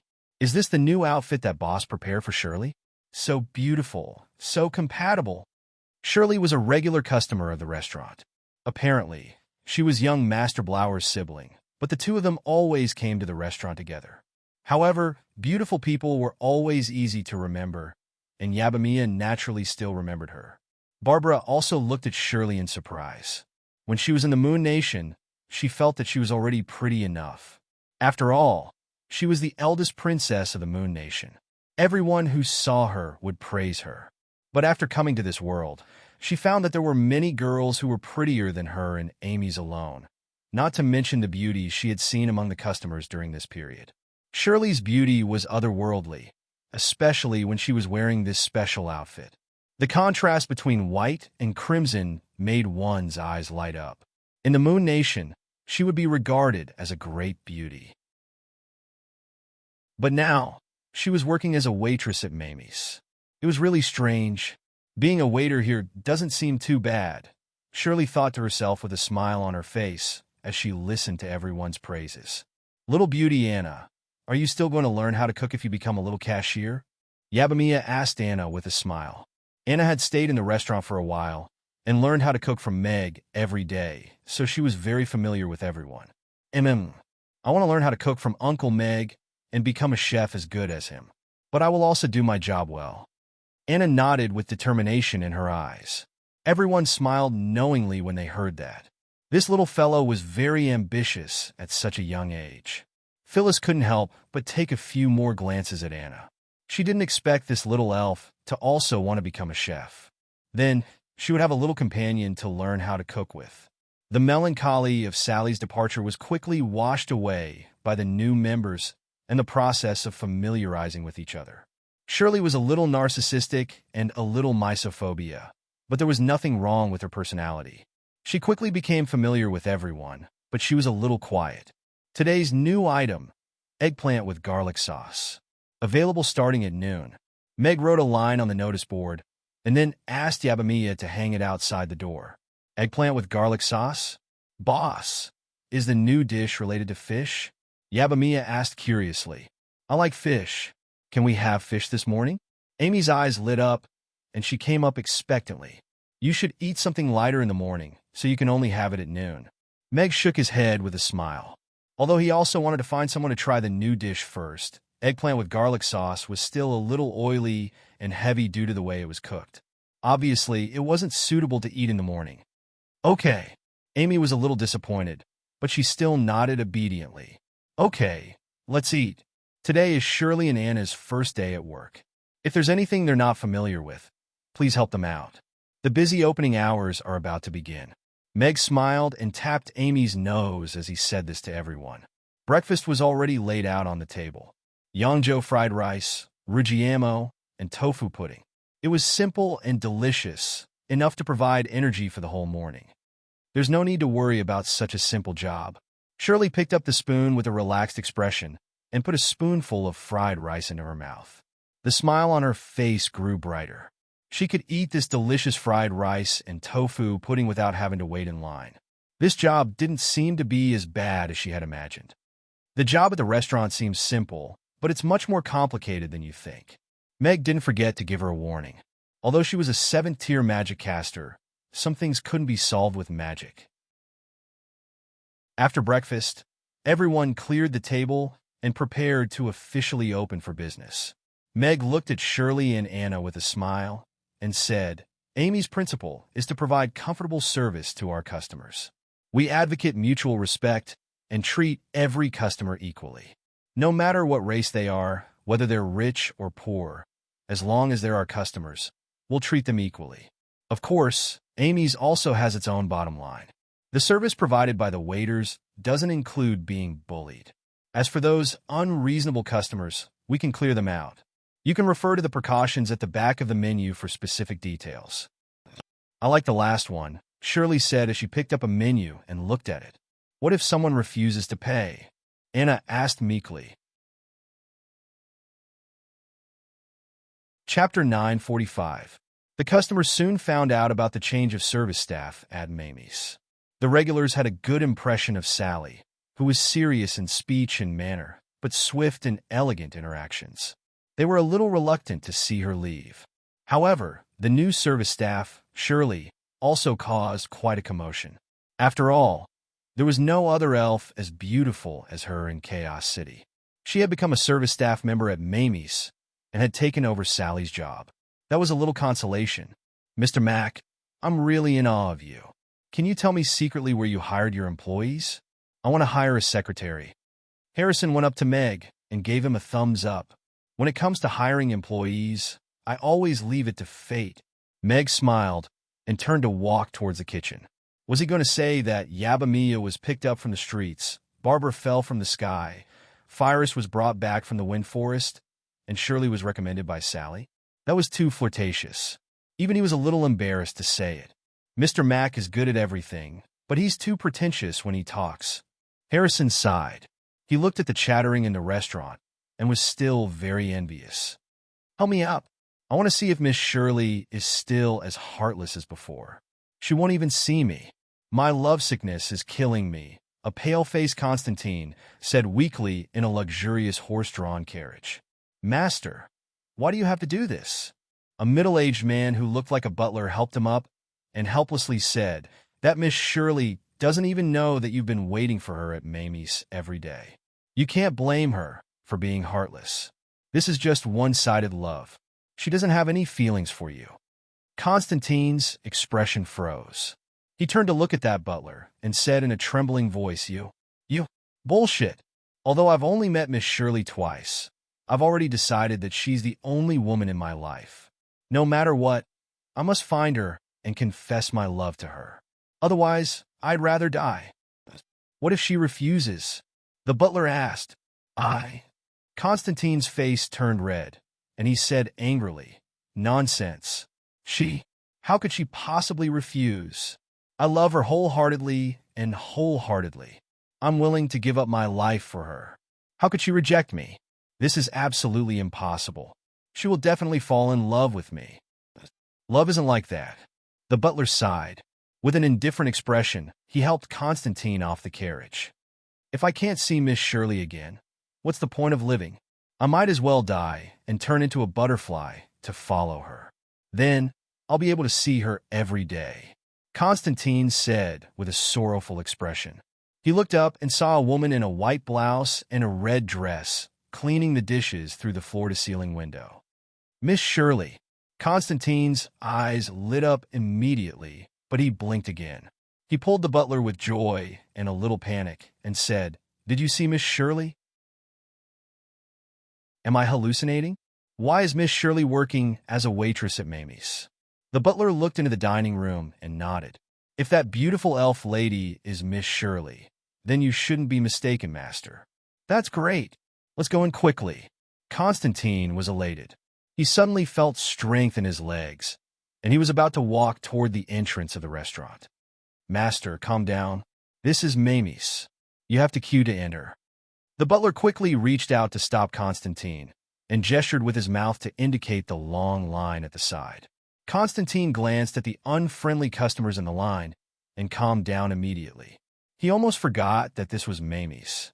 If he cut the line, he might be blacklisted and he wouldn't be able to enter the restaurant in the future. Although he didn't know why Shirley became a waitress at Mamie's, Constantine was very excited now. If this was true, then he would be able to see Miss Shirley every day in the future. That was too blissful. He walked all the way to the back of the line. Constantine, who was so weak that he couldn't stand up earlier, was now full of energy. He didn't even need the butler to support him anymore. His bloodshot eyes stared at Shirley, and his heart was as sweet as candy. Miss Shirley must still remember me, right?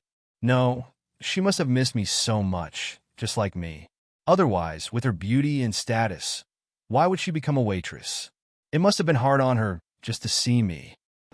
That must be it. I didn't expect Miss Shirley to be such a thoughtful woman. I'm really touched. Today, I must confess my feelings to her and tell her that I love her too. Don't worry, Miss Shirley. I know all about your feelings for me, Constantine said. His face turned redder and redder, and even his breathing became heavier. The line moved forward slowly, and it was finally Constantine's turn. He tidied his clothes, took a deep breath, and tried to calm himself down. Then, he pulled open the restaurant door and hit his forehead with a thud. Ouch! Constantine held his swollen forehead, and he felt like there were stars in front of his eyes. The customers in the line outside covered their mouths and snickered. The customers in the restaurant stuck their heads out curiously, wanting to see which idiot hit the door like that. Are you here to smash the restaurant? Shirley also looked at Constantine, who was standing at the door, with some scrutiny. Other than agreeing to take over Sally's job, she also promised to protect the restaurant. She didn't expect to be needed so soon. Master, Miss Shirley is looking at you, the butler reminded him softly. Constantine straightened his body, and the pain disappeared instantly. The stars in front of his eyes also disappeared slowly. He blinked, and his eyes met the face that he had been thinking about day and night. Miss Shirley, I understand your feelings. I didn't expect you to miss me as much. I can feel your pain. Let me protect you, Constantine said as he took 2 steps forward and looked at Shirley with an infatuated expression. The restaurant was completely silent. Everyone was looking at the 2 people standing at the entrance of the restaurant, guessing what kind of relationship and grudges there were between the two.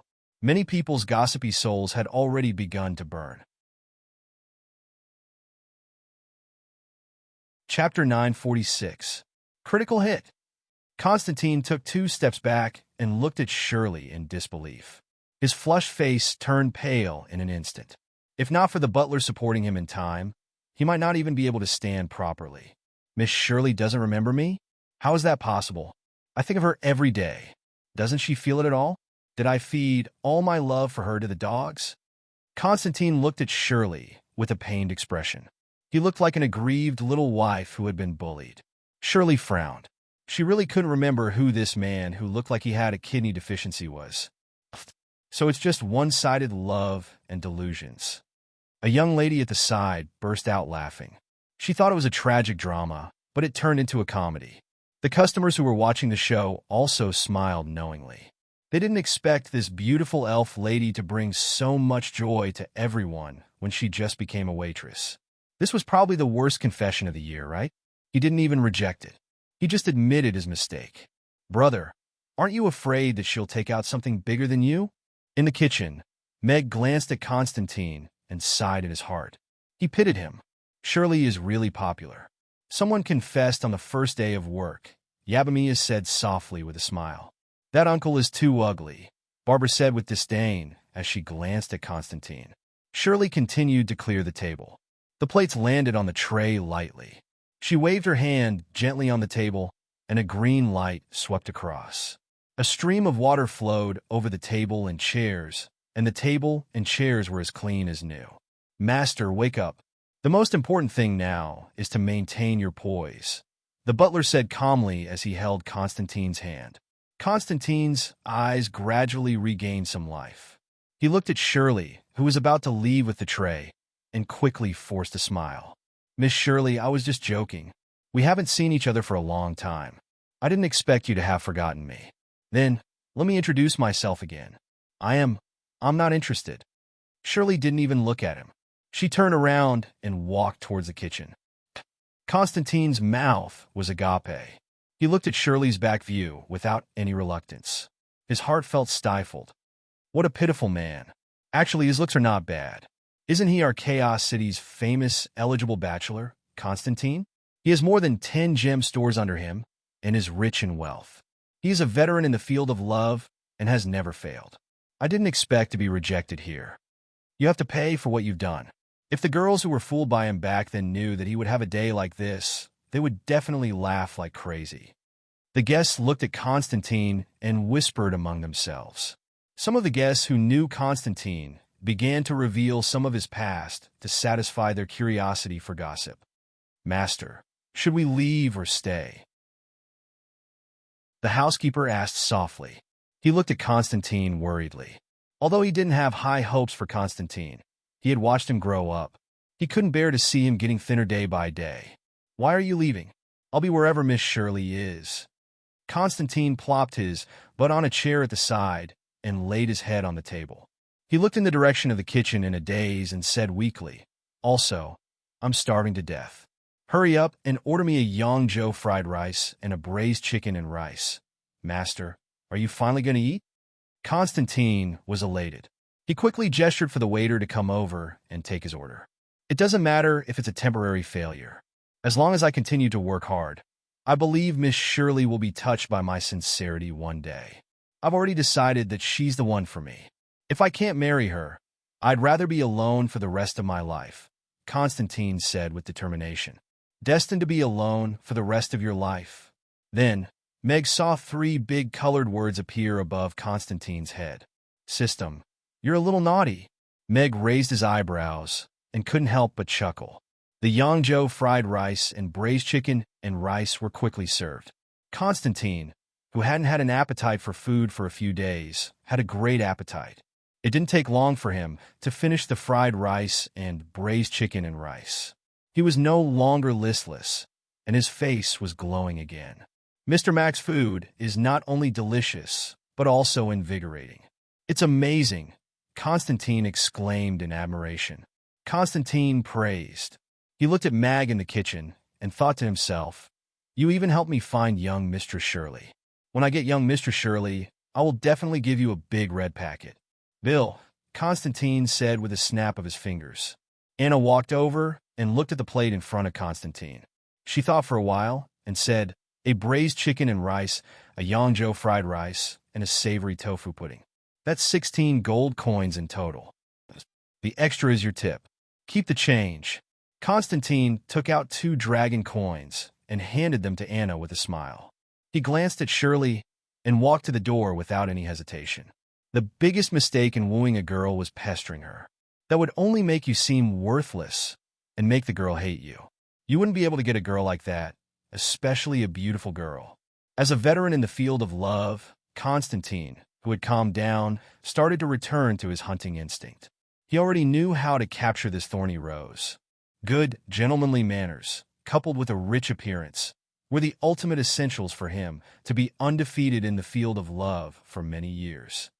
But Anna held the 2 dragon coins. Before she could finish her sentence, Constantine had already left. What a rude fellow. He didn't even listen to Anna's words. Shirley looked at the back of the figure disappearing at the door with a hint of displeasure in her eyes. Sister Shirley, what's a tip?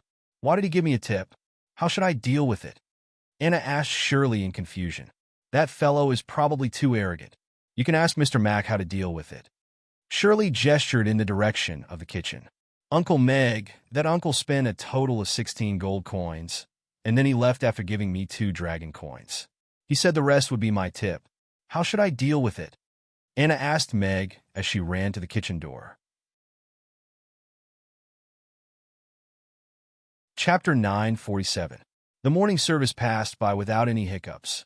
Apart from the fact that it was Anna's first time collecting money, she didn't make any mistakes with Yabamiya and Babla's help. Once she got used to it, she should be able to catch up to Sally's efficiency. Furthermore, with the division of labor, there was still room for improvement.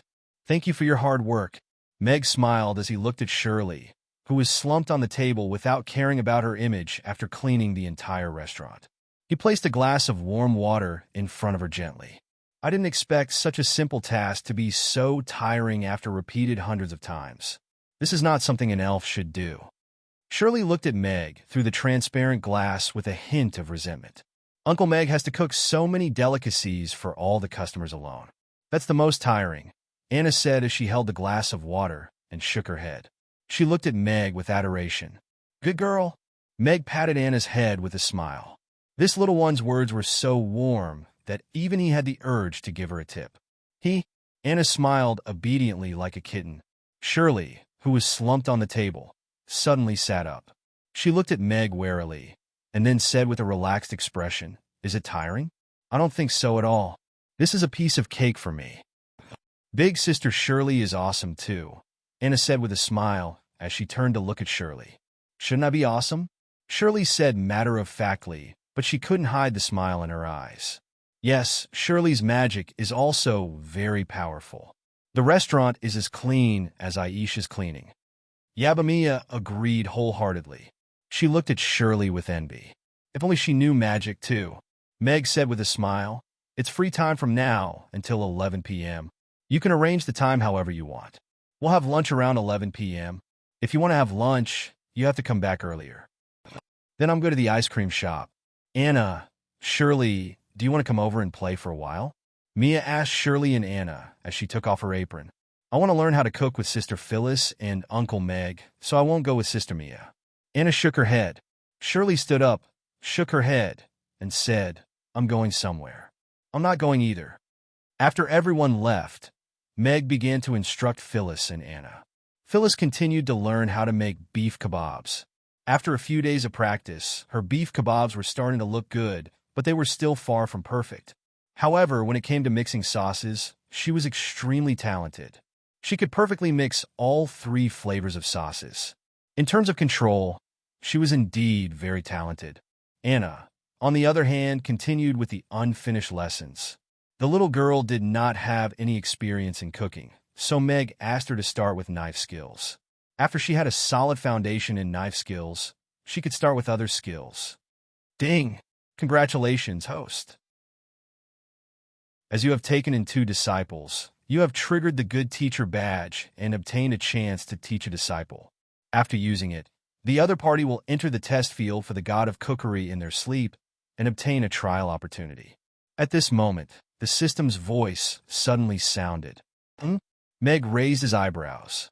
Looking at the shiny badge in his mind, he said in surprise, System, what the hell is this Good Teacher? If other people also enter the test field, won't you be exposed? Don't worry, host. If the host does not take the initiative to mention it, no one will know about the existence of the test field for the God of Cookery. The person who is taught enters the test field for the God of Cookery, and when they wake up, they will only think that it is a dream, the system replied. That's good. Meg looked at Phyllis, who was putting aside the slightly charred beef kebab and putting another kebab on the grill, and said, Then I'll give this chance to Phyllis. With her current progress, she should be able to completely learn how to make beef kebab after entering the test field for the God of Cookery once. A golden light flew out from the badge and entered Phyllis's forehead. Teaching successful, the system's voice sounded. Meg saw that Phyllis and Anna did not seem to notice the golden light, so he was relieved. Then he asked curiously, System, what's the use of this badge? As the God of Cookery, conquering the world with Chinese cuisine is not the end. Let Chinese cuisine take root and truly change the eating habits of the world. Let more people fall in love with cooking and love life. This is the true meaning. The badge is a reward for the host's contribution to promoting food culture. After the host triggers 3 badges, the host will receive a special reward. The system replied, There's such a good thing? Then what should I do to trigger more badges? Meg's eyes lit up. He liked business with rewards the most. The host only needs to do his best to promote Chinese cuisine. The rest is up to fate. That's as good as not saying anything. Meg rolled his eyes. After ending the conversation with the system, Meg also had some new ideas in his mind.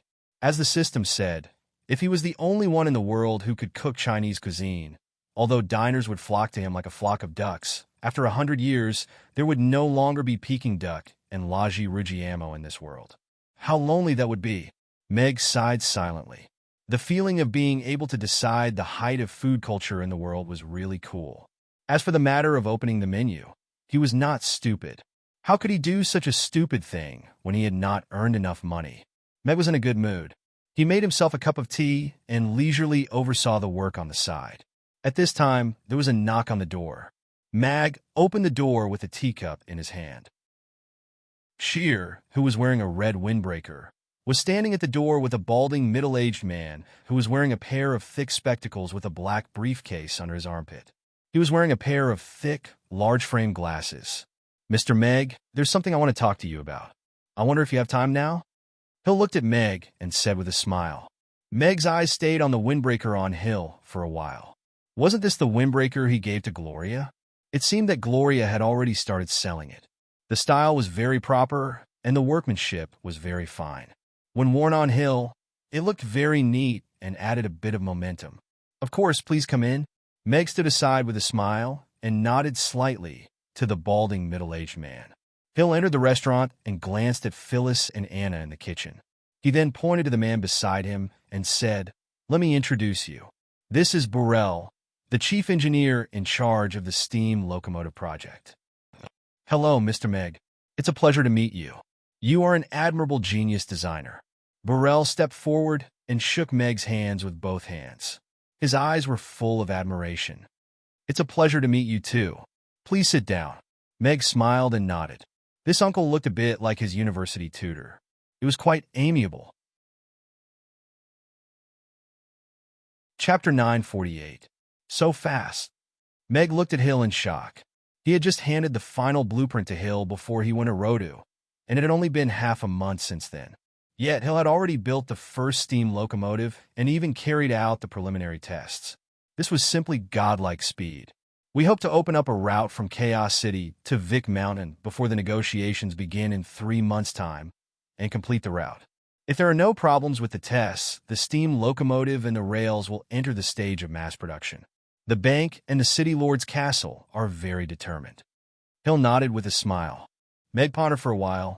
He looked at Hill and shook his head slightly.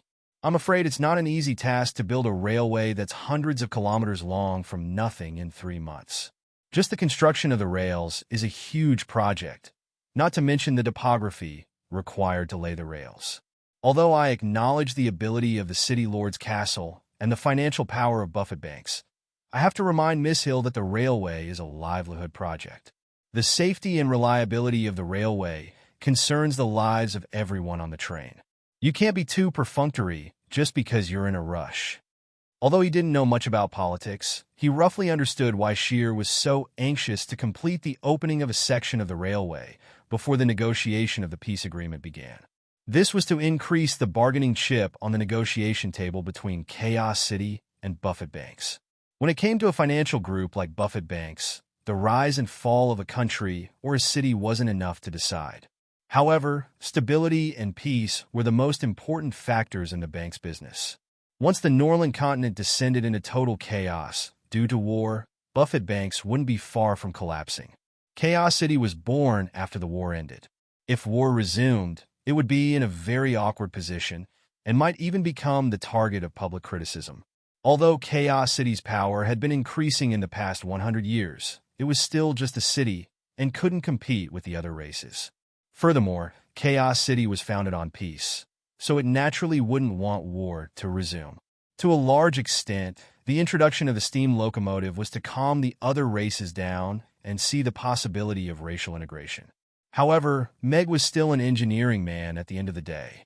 No matter what the capitalists and politicians thought, apart from transporting goods, the steam locomotive also bore the heavy responsibility of basic passenger transport. Safety was undoubtedly very important, and he could not afford to be careless. Burrell, who was at the side, looked at Mag with a serious expression and said, "We all understand what Mr. Mag is saying." 3 months is the shortest time limit that our engineering department came up with after much deliberation and discussion. From the east of Chaos City to Vic Mountain, it was basically a flat area. Furthermore, the geology was stable, so the amount of work required to lay the tracks would be reduced significantly. Furthermore, we have recruited a large number of blacksmiths and fire mages from many races. We have also used a large number of magic tools and set up a large number of rail manufacturing points along the railway to ensure the quantity and quality of the rails. Blair took out a few blueprints from his bag as he spoke. There was a topographic map of Chaos City in the direction of Vic Mountain, a planning map of the manufacturing site, and some presets and solutions for problems that might be encountered during the laying of the railway tracks. Meg looked through those blueprints carefully and only came to one conclusion in his heart: rich. He was more or less a rich second-generation heir in his previous life. He was not someone who had not seen the world, but with his father's capital, building a highway was already the limit.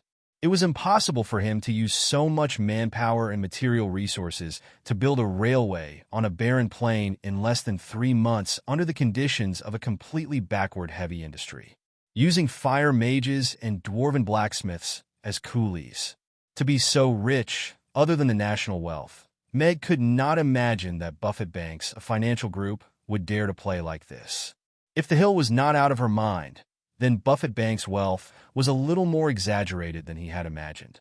That money network that covered the entire Norland continent had brought unimaginable wealth to Buffett Banks. Miss Hill, who was sitting opposite him with a smile, looked very normal, so it was obviously the latter. "Mr. Meg, please believe in our determination and attitude," Miss Hill said to Meg with a smile. "Seems like Miss Hill really values this steam locomotive project," Meg said with a complicated expression as he handed the blueprints back to Blair. Miss Hill was taking a big gamble. If she lost, Buffett Banks might be dragged into the abyss. This was not building a car. "I believe that Mr. Meg's outstanding creation will bring great changes to this world," Miss Hill said with a smile as she looked deeply at Meg. Meg looked away with a smile and said, "Miss Hill, when would you like me to visit the completed locomotive?" "If it's convenient for Mr. Meg, you can go now," Miss Hill said. Meg glanced at the clock on the wall and shook his head. "It might not be convenient now. I have to prepare for the noon business soon. If it's possible, I can go over at 1 o'clock in the afternoon. Mr. Meg is really a good boss. I will send someone to pick you up at 1 o'clock in the afternoon." Miss Hill stood up and nodded at Meg with a smile before turning to walk to the door. "Goodbye, Mr. Meg." Blair put away the blueprints and shook Meg's hand before quickly catching up with Miss Hill.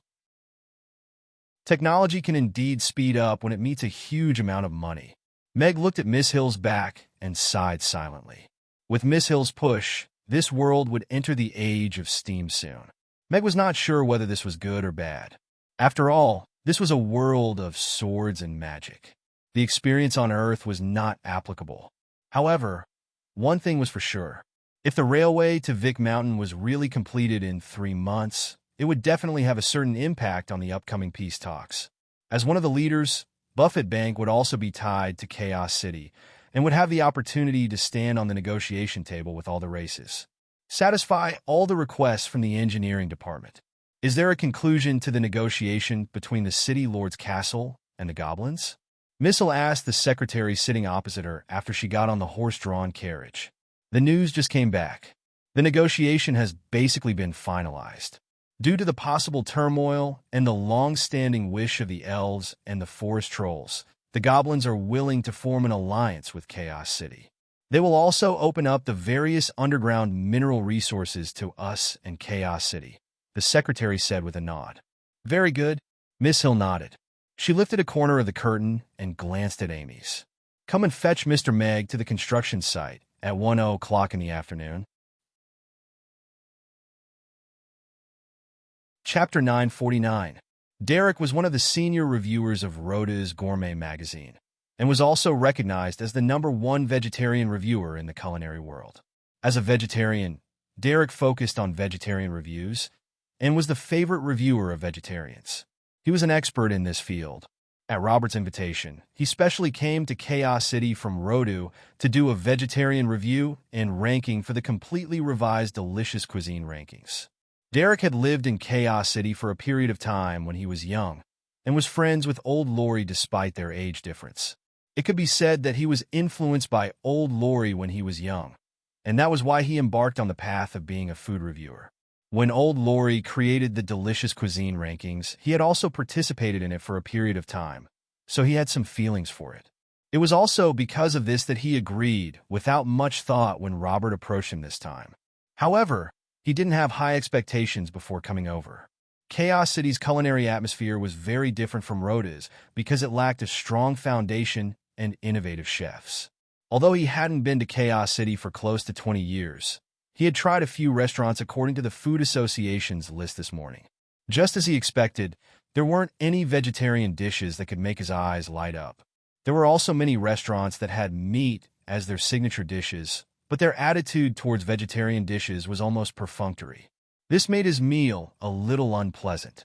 Fortunately, he promised Robert that he would only do one review before returning to Rodu. He probably wouldn't return to Chaos City again. Amy's was the 6th restaurant he chose because there was a small line of words at the back. This restaurant has a lot of customers. It's best for reviewers to line up in advance to avoid wasting too much time in the queue. Hence, he brought this restaurant that was at the back of the queue to the front. He wanted to see what kind of restaurant it was that the Food Association would specially write a reminder.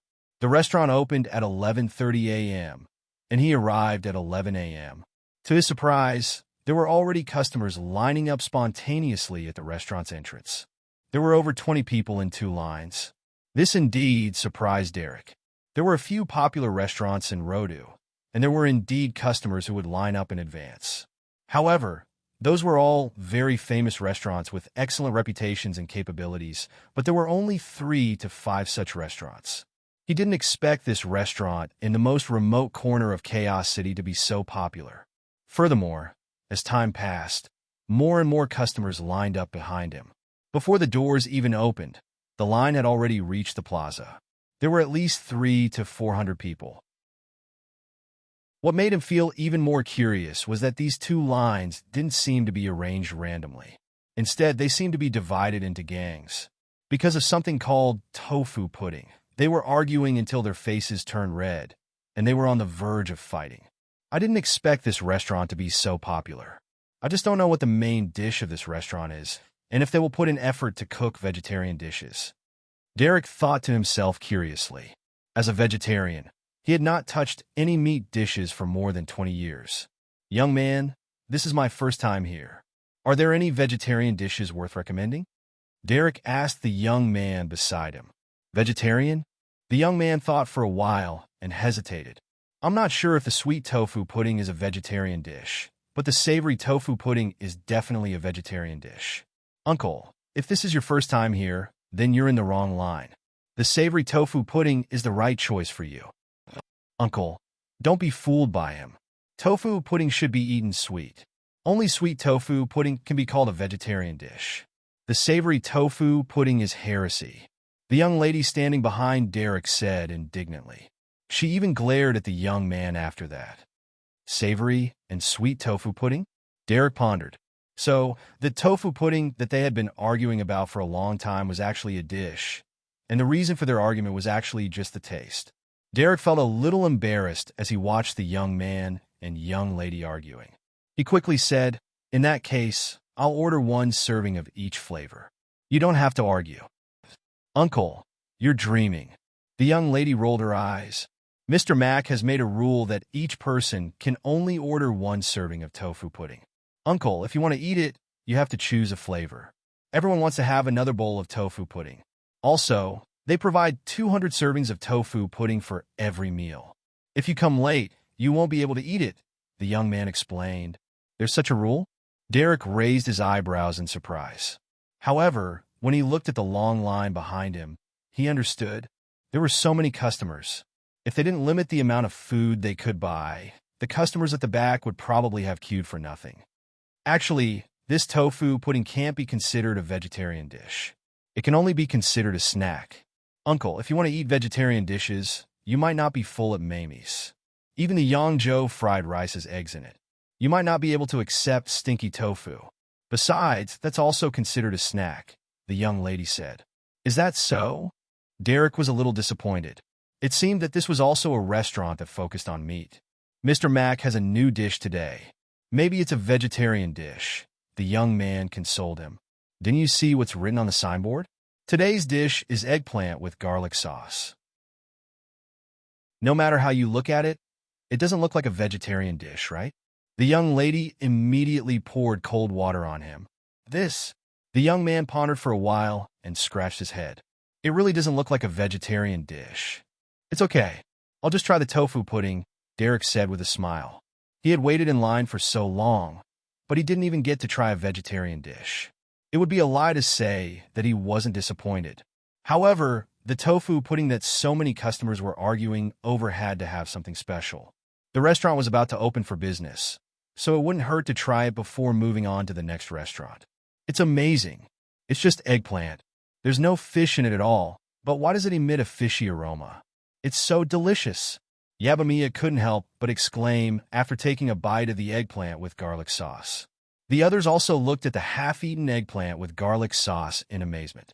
The eggplant was cut into the shape of a fish, and then a scale-like incision was made on the back of the eggplant with garlic sauce. It was a combination of sweet, sour, salty, and spicy. Father, I want another bowl of rice. The eggplant with garlic sauce is too delicious. Amy showed her empty bowl and stuck out her tongue to lick a drop of sauce from the corner of her mouth. She smacked her lips and revealed a sweet smile. Okay. Meg took the bowl with a smile and got up to get more rice. There was probably nothing in the world that would make him happier than Amy giving him another bowl of rice.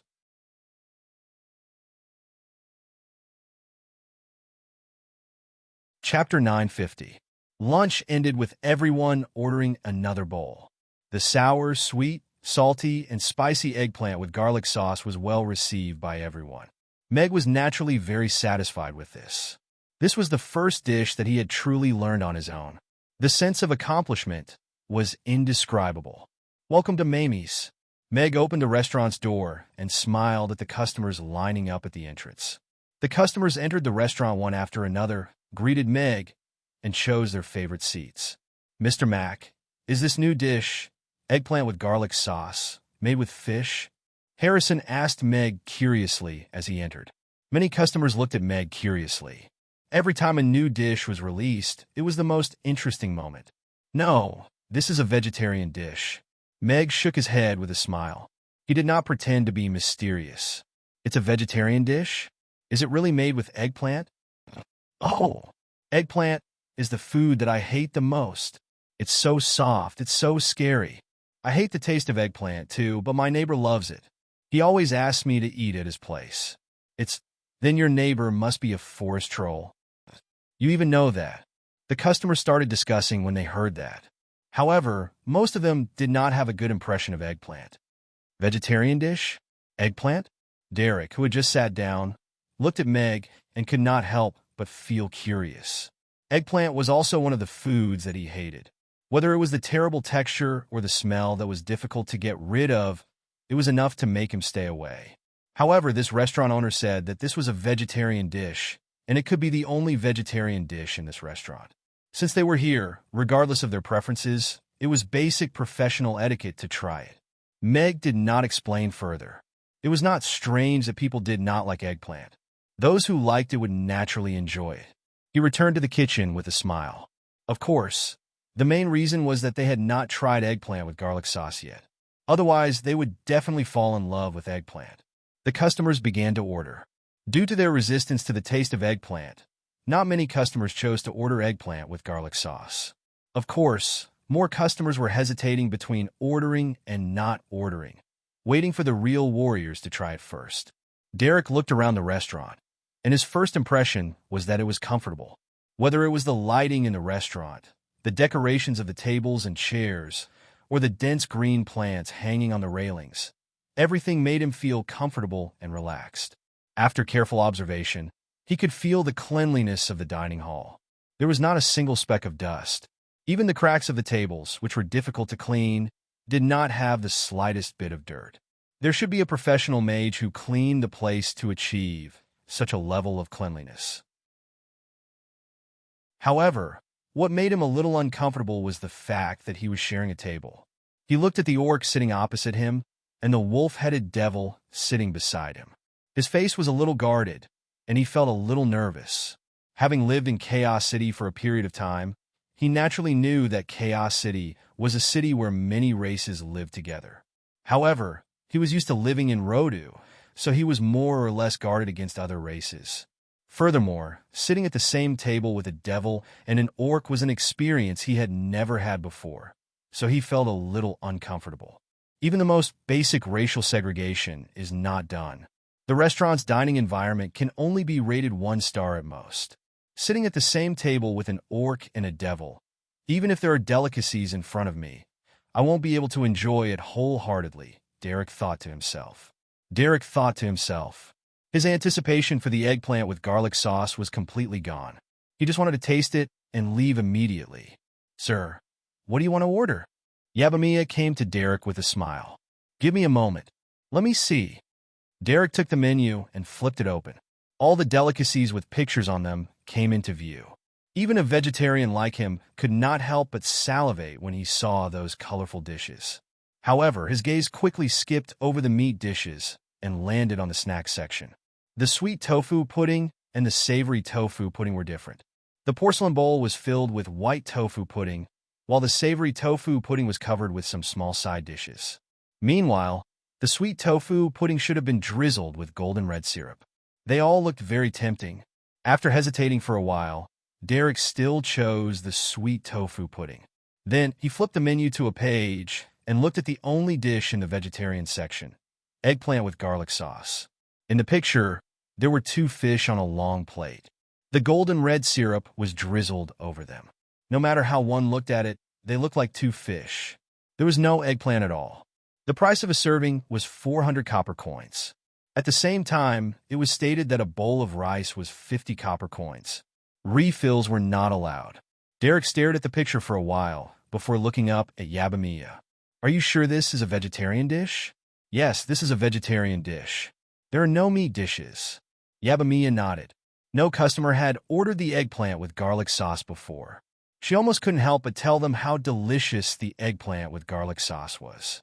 It would be a pity to miss it. She wondered if this customer would be the first to order the eggplant with garlic sauce. After receiving Yabamiya's confirmation, Derek closed the menu and said, I'd like a sweet tofu pudding, an eggplant with garlic sauce, and a bowl of rice. Okay, please wait a moment. Yabamiya's eyes lit up.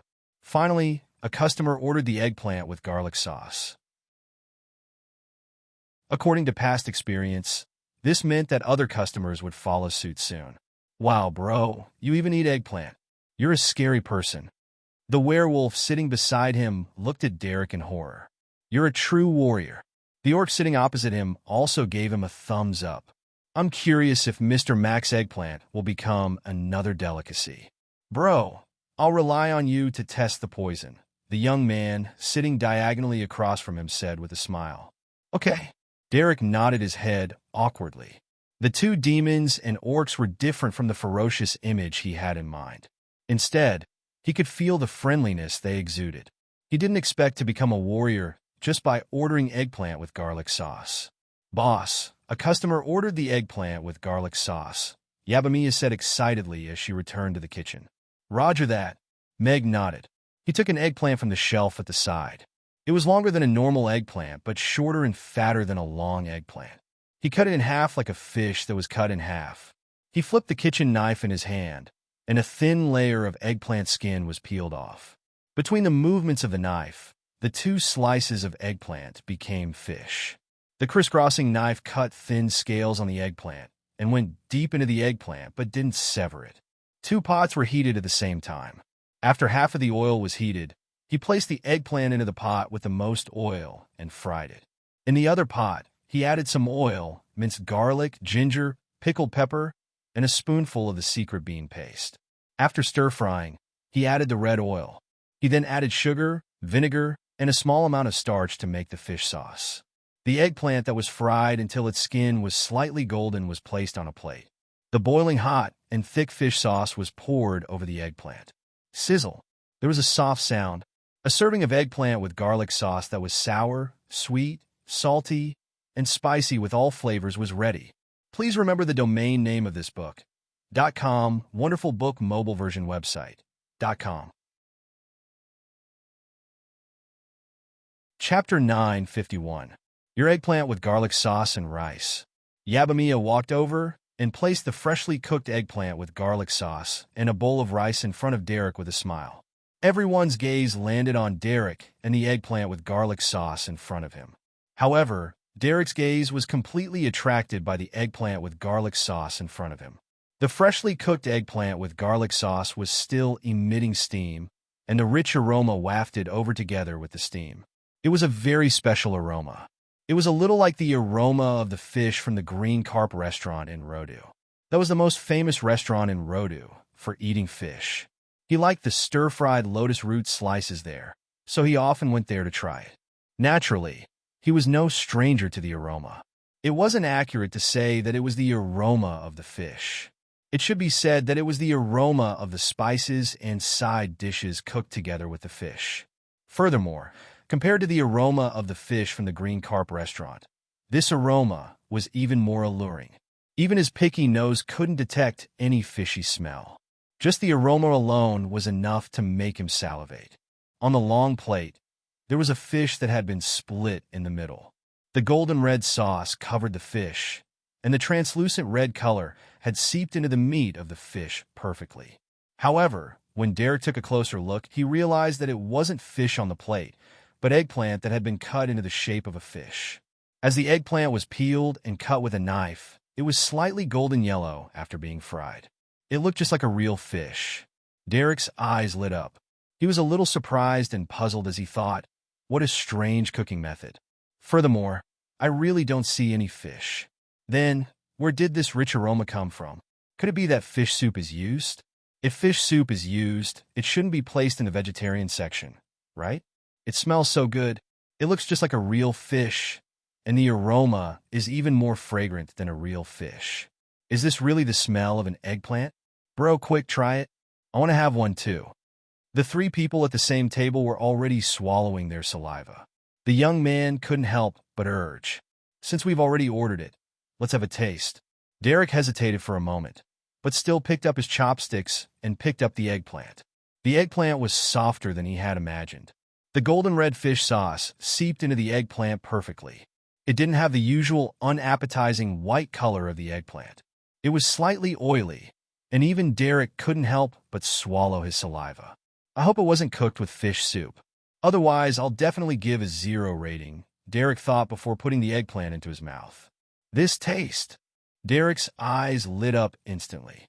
Sour, spicy, sweet, and salty flavors exploded in his mouth at the same time.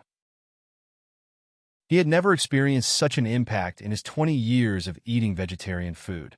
His usually calm taste buds were stimulated in an instant. It was like a dormant volcano suddenly erupting with lava, stimulating his tongue crazily. Every taste was so prominent, but when they blended together, it was so harmonious that one couldn't help but indulge in it. The soft eggplant almost melted in his mouth. His taste buds experienced a crazy feast of taste. He swallowed it gently, and the lingering fragrance lingered in his mouth. Unbelievable. Is this really an eggplant? How did the food that I didn't like become so delicious? Derek exclaimed as he savored the lingering fragrance in his mouth. What shocked him even more was that this eggplant with garlic sauce didn't contain any fish-related ingredients. Even the sauce didn't contain any fish soup. Yet, such a pure vegetarian dish was so delicious that even meat dishes couldn't compare to it. Only one bite? Derek had completely forgotten about this. He picked up the bowl in front of him and took a bite of rice. The rice tasted sweeter and sweeter with the lingering fragrance in his mouth. One bite of eggplant with garlic sauce, one bite of rice. It was so delicious that he couldn't stop eating. How can there be such a delicious vegetarian dish in this world? This completely overturns my definition of a vegetarian dish. It's supposed to be a vegetarian dish that cleanses one's heart of desires. How can it make one so greedy that they can't bear to part with their chopsticks? It's really too delicious. Derek was struggling in his heart, but in the end, he chose to give up. Give me another bowl of rice, please. Derek put down the empty bowl in his hand and looked at Yabamiya. Gulp! Everyone around them swallowed their saliva. Mr. Mac is a pervert. Don't tell me he really made eggplant into a delicacy? Looking at this bro's performance, it's highly possible. Mr. Mac is still the Mr. Mac. There's nothing in this world that Mr. Mac can't make into a delicacy. Miss Mia, give me a helping of eggplant with garlic sauce, please. The customers couldn't sit still anymore. Those who were hesitant at first started to order. Watching a mukbang broadcast was more tempting than any slogan. All right, please wait a moment. Yabamiya took Derek's bowl of rice with a smile. At the same time, she took the new orders one by one and walked to the kitchen with light footsteps. As expected, once someone tried it, other customers would order the eggplant with garlic sauce very quickly, and it would receive good reviews as usual. Derek got his second bowl of rice very quickly and finished it with the remaining eggplant with garlic sauce. In the end, he even picked up a bit of garlic from the plate and mixed it with the last mouthful of rice. Delicacies are indeed the most satisfying, Derek said with satisfaction. As he put down the bowl and chopsticks. He hadn't experienced such satisfaction in a long time. I didn't expect to be able to eat such delicious vegetarian dishes in Chaos City. Seems like I'm too narrow-minded. Derek couldn't help but think self-deprecatingly when he thought of his previous judgment. Even he had never tasted such delicious vegetarian dishes before. Stunning wasn't enough to describe it. It was a taste that made him want to eat more. Here's your sweet tofu pudding. Please enjoy. At this moment, Yabamiya came over with a bowl of sweet tofu pudding and placed it gently in front of Derek. Thank you. Derek, who was in a good mood, nodded with a smile. Then, he sized up the tofu pudding that the customers were arguing about. The golden red sticky syrup was poured over the white tofu pudding, and the faint fragrance of beans and sweet sugar wafted into his nose. Dessert after the meal? Seems good. Derek picked up the spoon and scooped up a spoonful of tofu pudding. It was a little like egg custard, and the snow-white cut was quickly covered by the syrup. It swayed slightly in the spoon, and was as exquisite as a piece of art. The sweet and tender tofu pudding melted in his mouth. The syrup wrapped around it was so rich, and the sweetness blended perfectly with the tofu pudding. After swallowing a mouthful of tofu pudding, he didn't feel the sweetness at all. There was a faint tofu pudding taste left in his mouth. It was sweet but not greasy, and he couldn't help but take another spoonful. This boss must be a genius, Derek complimented in his heart as he enjoyed the delicious tofu pudding. 10 minutes later, Derek paid the bill and walked out of Mamie's. 5-star? Do I have any other choice? Derek turned back to look at Mamie's and touched his stomach with satisfaction. Let's call it a day for lunch. I don't want to try the next restaurant anymore. Please remember the domain name of this book. .com, wonderful book mobile version website. .com. Chapter 952. Translator. Henyi Translations Editor. Henyi Translations, my dear sister. You've put on such a good amount of weight. Page 1/1. The introduction of eggplant with garlic sauce had greatly boosted the sales of rice, so it was inevitable that more rice would be added. Otherwise, no one would be willing to leave the remaining half of the eggplant with garlic sauce. I can't take it anymore. From tomorrow onwards, I'll only order a sweet tofu pudding when I come to Mamie's. I've already gained 5 kilograms this month. I gained weight too, but my husband doesn't mind. Instead, he said it feels better. Forget it. I heard you say that last month. But my dear sister, you've put on such a good amount of weight. Of course it feels good. Even I want to touch it. I'm so jealous. A few noble women walked out of the restaurant, chatting and joking with each other. Their faces were full of satisfaction. The restaurant's opening hours were over. Yabamiya flipped the wooden sign over the door, closed the door, and heaved a long sigh of relief. Everyone in the restaurant heaved sighs of relief almost at the same time. After the restaurant had doubled in size, the intensity of work had more than doubled. After more than an hour, the fatigue was too strong. Thank you for your hard work, everyone.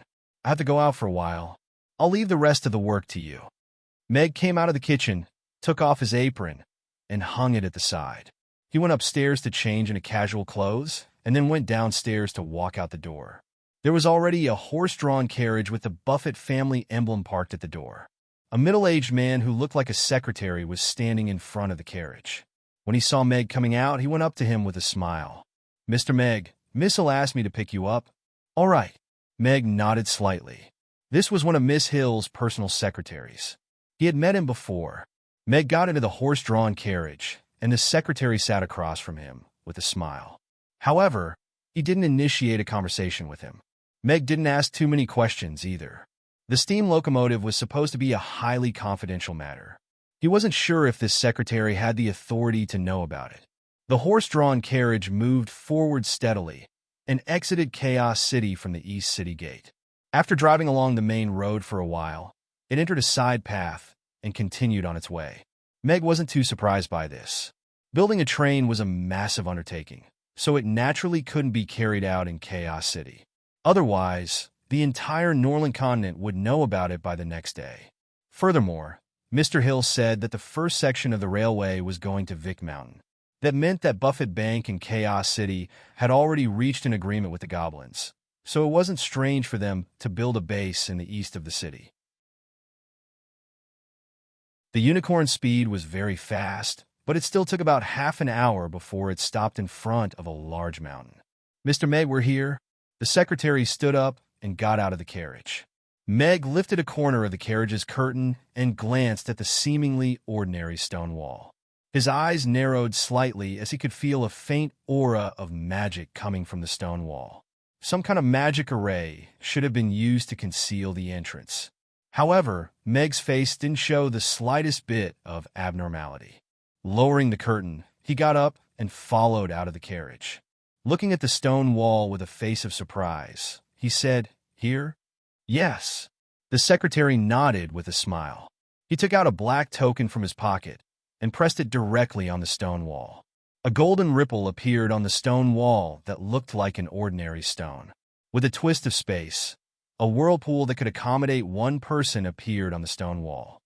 "Mr. Meg, please come in," the secretary said to Meg with a smile. Meg hesitated for a moment and walked straight in.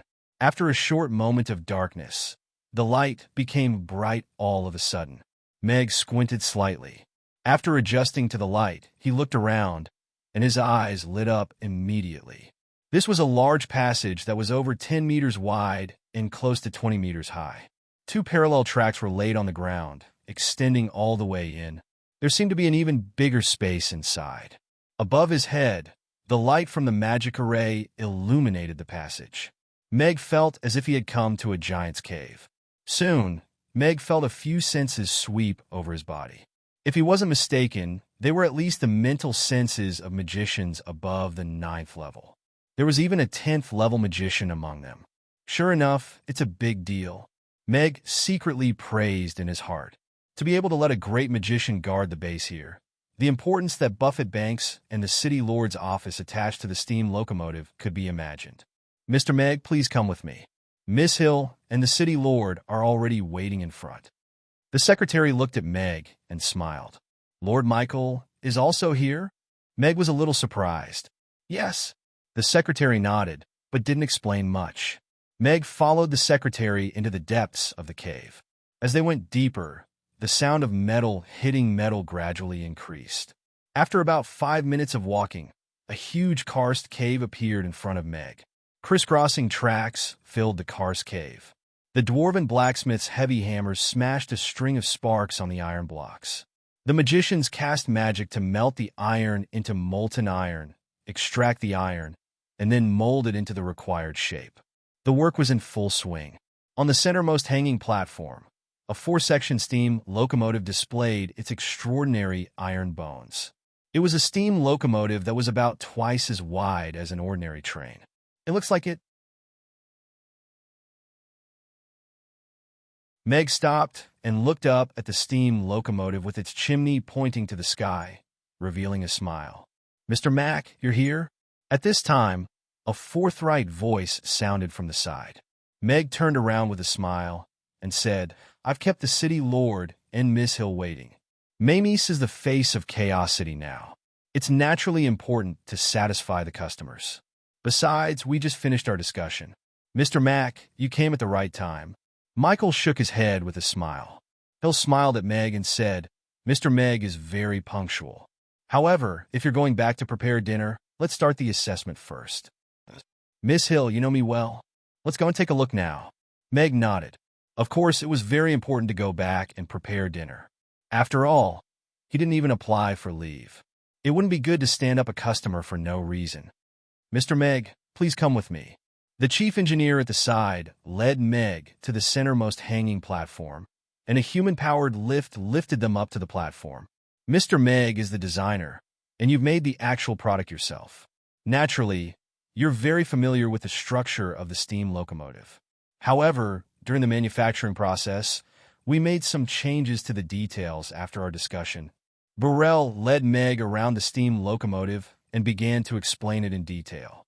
An hour later, Meg handed a page that was almost filled with words to Burrell and smilingly said, The parts that I think need to be changed are all here. You can refer to it, Chief Burrell. Bookhouse Reading Website.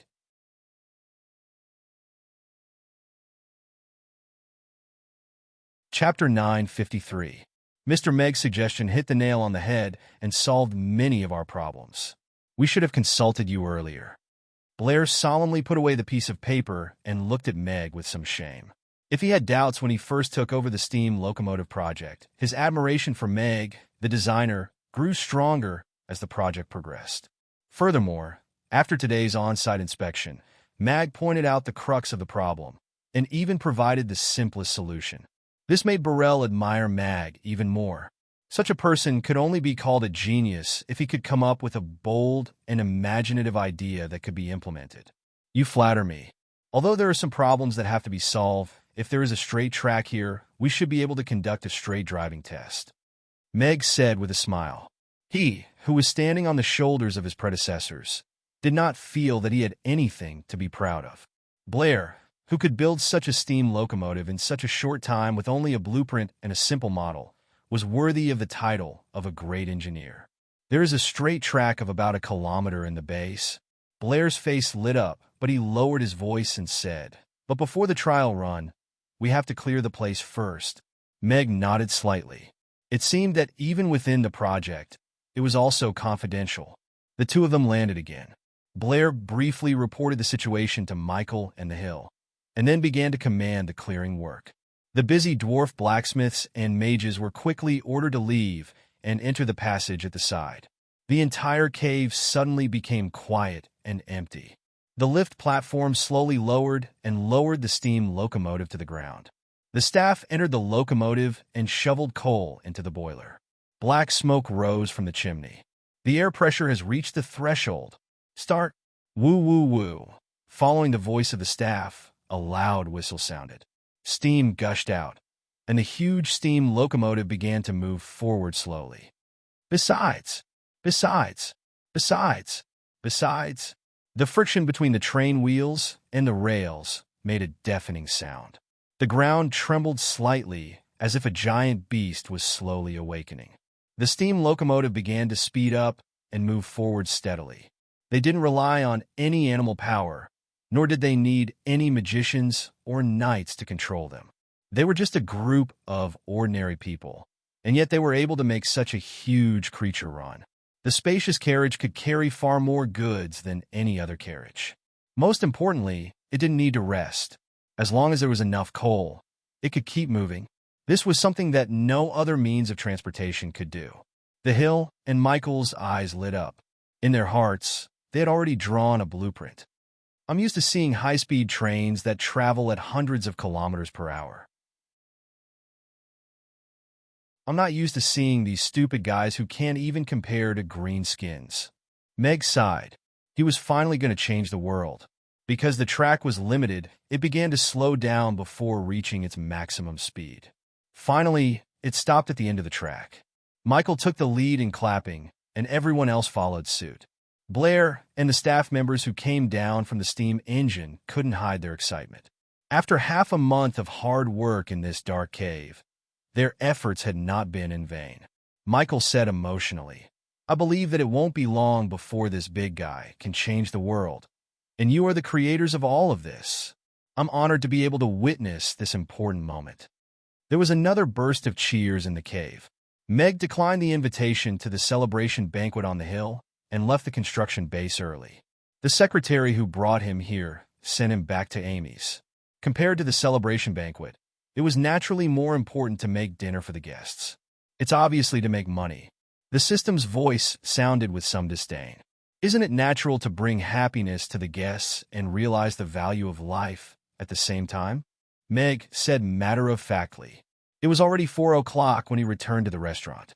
Meg immediately immersed himself in preparing the ingredients. He was still unable to estimate how much profit the 10% shares of the steam locomotive and 20% shares of the steam engine products would bring him, but there was no possibility of cashing out in the short term. Moreover, this was like the shares of Tencent and Alibaba in their early stages. It was undoubtedly the smartest thing to do for a long time. No one knew better than him that once the steam engine era began, it would roll forward unstoppably. Of course, Meg also thought that if he directly negotiated with the Hill and gave up these 2 shares, he might be able to get enough money to buy the points needed to restore his peak strength directly from the system. This idea had been circling in his mind for a long time, but he was not confident that he would be able to get enough money from the Hill and Michael during the negotiation. The most difficult part of this system that could make one stronger by spending money was the exponential increase in the purchase price of physical strength points. Who knew how much it would charge the next time? System, calculate for me. If I were to open a restaurant like this, how many years would it take to restore my peak strength and buy the points from you? I really want to live for another 500 years. I really want to live for another 500 years. A vicissitude song echoed in Meg's mind. Meg was speechless. System, you will be beaten to death sooner or later if you continue like this. Meg rolled his eyes. It seemed that he really needed to be more careful. It doesn't matter if you don't want to borrow it for another 500 years. Elephant Eat Bar is here to help you. Host, due to your lack of enthusiasm in using Elephant Eat Bar, the system has specially launched a 1-month red packet promotion. A huge reward will be given for free, as long as you can promote Elephant Eat Bar and let them search for 568,464,257. You will receive an additional reward. The system said enthusiastically. Crazy. I'm the only one using the system. I'm the only user of Elephant Eat Bar. Do you think you are a flower? Promote it? Get lost. Meg rolled his eyes. This system was so fickle and did not consider the situation at all. When he was often on Weibo's trending searches, there were many people who used his name to post such advertisements. Naturally, he would not do such a thing. The sun gradually set in the west, and Amy returned to the restaurant. After dinner, it was time for the longest and busiest dinner hours. There are so many people in this restaurant. Is there something good to eat? Before I came, my father told me that there must be something good in a crowded place. I just don't know if it is expensive. If it is too expensive, my heart will ache. In the distance, a giant dragon who had shrunk to a height of 5 meters but still maintained its dragon form looked in the direction of Amy's. It hesitated for a while, but still walked in the direction of the restaurant. If it is expensive, I will eat and dash. This is what my father taught me. Please remember the domain name of this book. .com, wonderful book mobile version website. .com.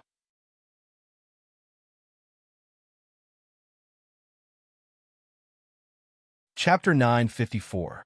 The 5-meter-tall giant dragon walked towards Amy's and attracted the attention of many passersby. Giant dragons below the 8th tier were not allowed to fly in Chaos City, so most of the giant dragons would transform into their human forms. However, there were a minority of giant dragons who did not like to be in human form, but were not powerful enough. Hence, they could only follow Chaos City's rules and shrink to a height of less than 5 meters and move around on foot. A 5-meter-tall giant dragon should be called a small giant dragon. After all, even ordinary forest trolls could reach a height of 5 meters when they reached adulthood. Hence, very few giant dragons would move around in Chaos City in such a manner. Who would not want to save face? This was a red dragon. It was not a very powerful race among the giant dragons, and it was obvious that it was a young dragon. However, even if it was a young dragon, its power was not to be underestimated. From the aura it was emitting, it was at least a 5th-tier giant dragon. Big Sister Anna, look, there's a little dragon over there. It's so small. It's wobbling like a little fool. Amy, who was sitting at the restaurant's entrance with Anna on a small stool, looked at the giant dragon striding over with amazement. Yeah, it's really small compared to the giant dragons I've seen before. Anna's little face was also full of shock. She had seen giant dragons from afar before, and that huge figure had left a deep impression on her. The red dragon Chown stopped 10 meters away and looked at the long line at the restaurant's entrance. He mumbled to himself, "It's really annoying to see so many people lining up here. Let's just go to the front. Father said that we have to be the first in everything we do, so we have to be the first in line. Giant dragons are the noblest and most powerful beings on the continent, so it's only right for us to be the first in line." With that in mind, the red dragon Chown walked to the front of the line. The ground trembled as his huge body stepped on it. Is this fellow trying to cut the line? The customers in the line looked at Chown in confusion. If that was really the case, it had been a long time since they had seen someone do that. One had to know that the people at the front of the line were the great magic casters Crassus and Julian, who on the Norland continent dared to cut their line. Even those dragon kings on Dragon Island would feel guilty, right? Hey, little guy, are you trying to cut the queue? Sargeras walked out of the group and looked up at Chown. Let's go. Chown looked left and right before lowering his head to look at Sargeras. He said disdainfully, "Yes. Do I need to report my matters to a little demon like you?" Her father had told her that the dragons were the most powerful race on the Norland continent, and that they didn't have to listen to anyone. That won't be necessary. Sargeras shook his head. Then, he lifted the folding chair in his hand, leaped up, and smashed it on the dragon's head. Bang! With a muffled sound, the 5-meter-tall dragon flew backward and landed 100 meters away, right at the end of the line. However, I can help you return to your rightful position. Sargeras put away the folding chair and returned to the group. There was a round of applause in the line, and the guests all looked at Sargeras with approval. Boss, nice chair technique. Boss smashed a dragon with a chair. If this gets out, our Burning Legion's reputation will increase again. The members of the Burning Legion chuckled. They didn't care about the little dragon at all. I'm saving that kid. If it were little boss, he would be in trouble, Sargeras said with a smile as he glanced at Amy, who was sitting on the stool eagerly. That's true. The Burning Legion members nodded in agreement. It didn't matter if little boss could win the fight or not. What was important was that her 2 great magic caster masters were sitting there. This was simply against the rules. Amy sighed and dejectedly said, Uncle Big Bald Head is so annoying. It's not easy for a little dragon to come and cause trouble, but it was smacked away just like that. I didn't even have time to do anything. Anna covered her mouth and chuckled. She had a deep impression of those few demon uncles. Although they looked scary, they were all very good demons and not scary at all. Chown, who was smacked away more than 100 meters by the chair, landed in a pile of bushes. He stood up with a red bump on his head. He still felt dizzy, but there was a lingering fear in his heart. What a scary weapon. It actually smacked me so far away. This demon is so scary and powerful. Its ability is actually comparable to Father's. Oh, it hurts. Chown wanted to cry. This was the first time he was hit, and he was smacked away in front of so many people. His dignity as a dragon was completely trampled on. Although he was angry, he couldn't summon up the courage to get back at that demon from society with tattoos all over his body. That smack by the mysterious weapon just now had completely destroyed his confidence. This is so embarrassing. Moreover, I can't beat it. I'll become a joke in front of so many people. Should I go back and get help? Chown hesitated. Those in the line were all looking at him and laughing secretly. However, he quickly made up his mind. He shook his head and said, No, I've already been beaten up. It's too much of a loss if I don't eat something. Even if it's a joke, I have to eat and dash. The restaurant opened for business very soon. The long line gradually shortened. After waiting for a long time, it was finally Chown's turn. Chown walked straight into the restaurant, but stopped when he reached the entrance. He looked at the small door that he couldn't pass through and muttered unhappily, "Why is this door so small? Do I have to break it open?" "Sir, if you can't shrink your body size, you can only sit in the outdoor seats outside. Also, there are no suitable seats for you. So if you want, please bring your own chair next time," Yabamiya said to Chown with a smile as she stood at the entrance of the restaurant. She didn't know if it was because she had slept with Elizabeth, but she didn't feel any fear when she saw a giant dragon now. She even vaguely felt like she was looking down on this red dragon. What kind of stupid rule is this? I'm here to eat, and they don't even let me through the door. They even want me to bring my own chair? How can a noble giant dragon like me be like them? Chown said agitatedly.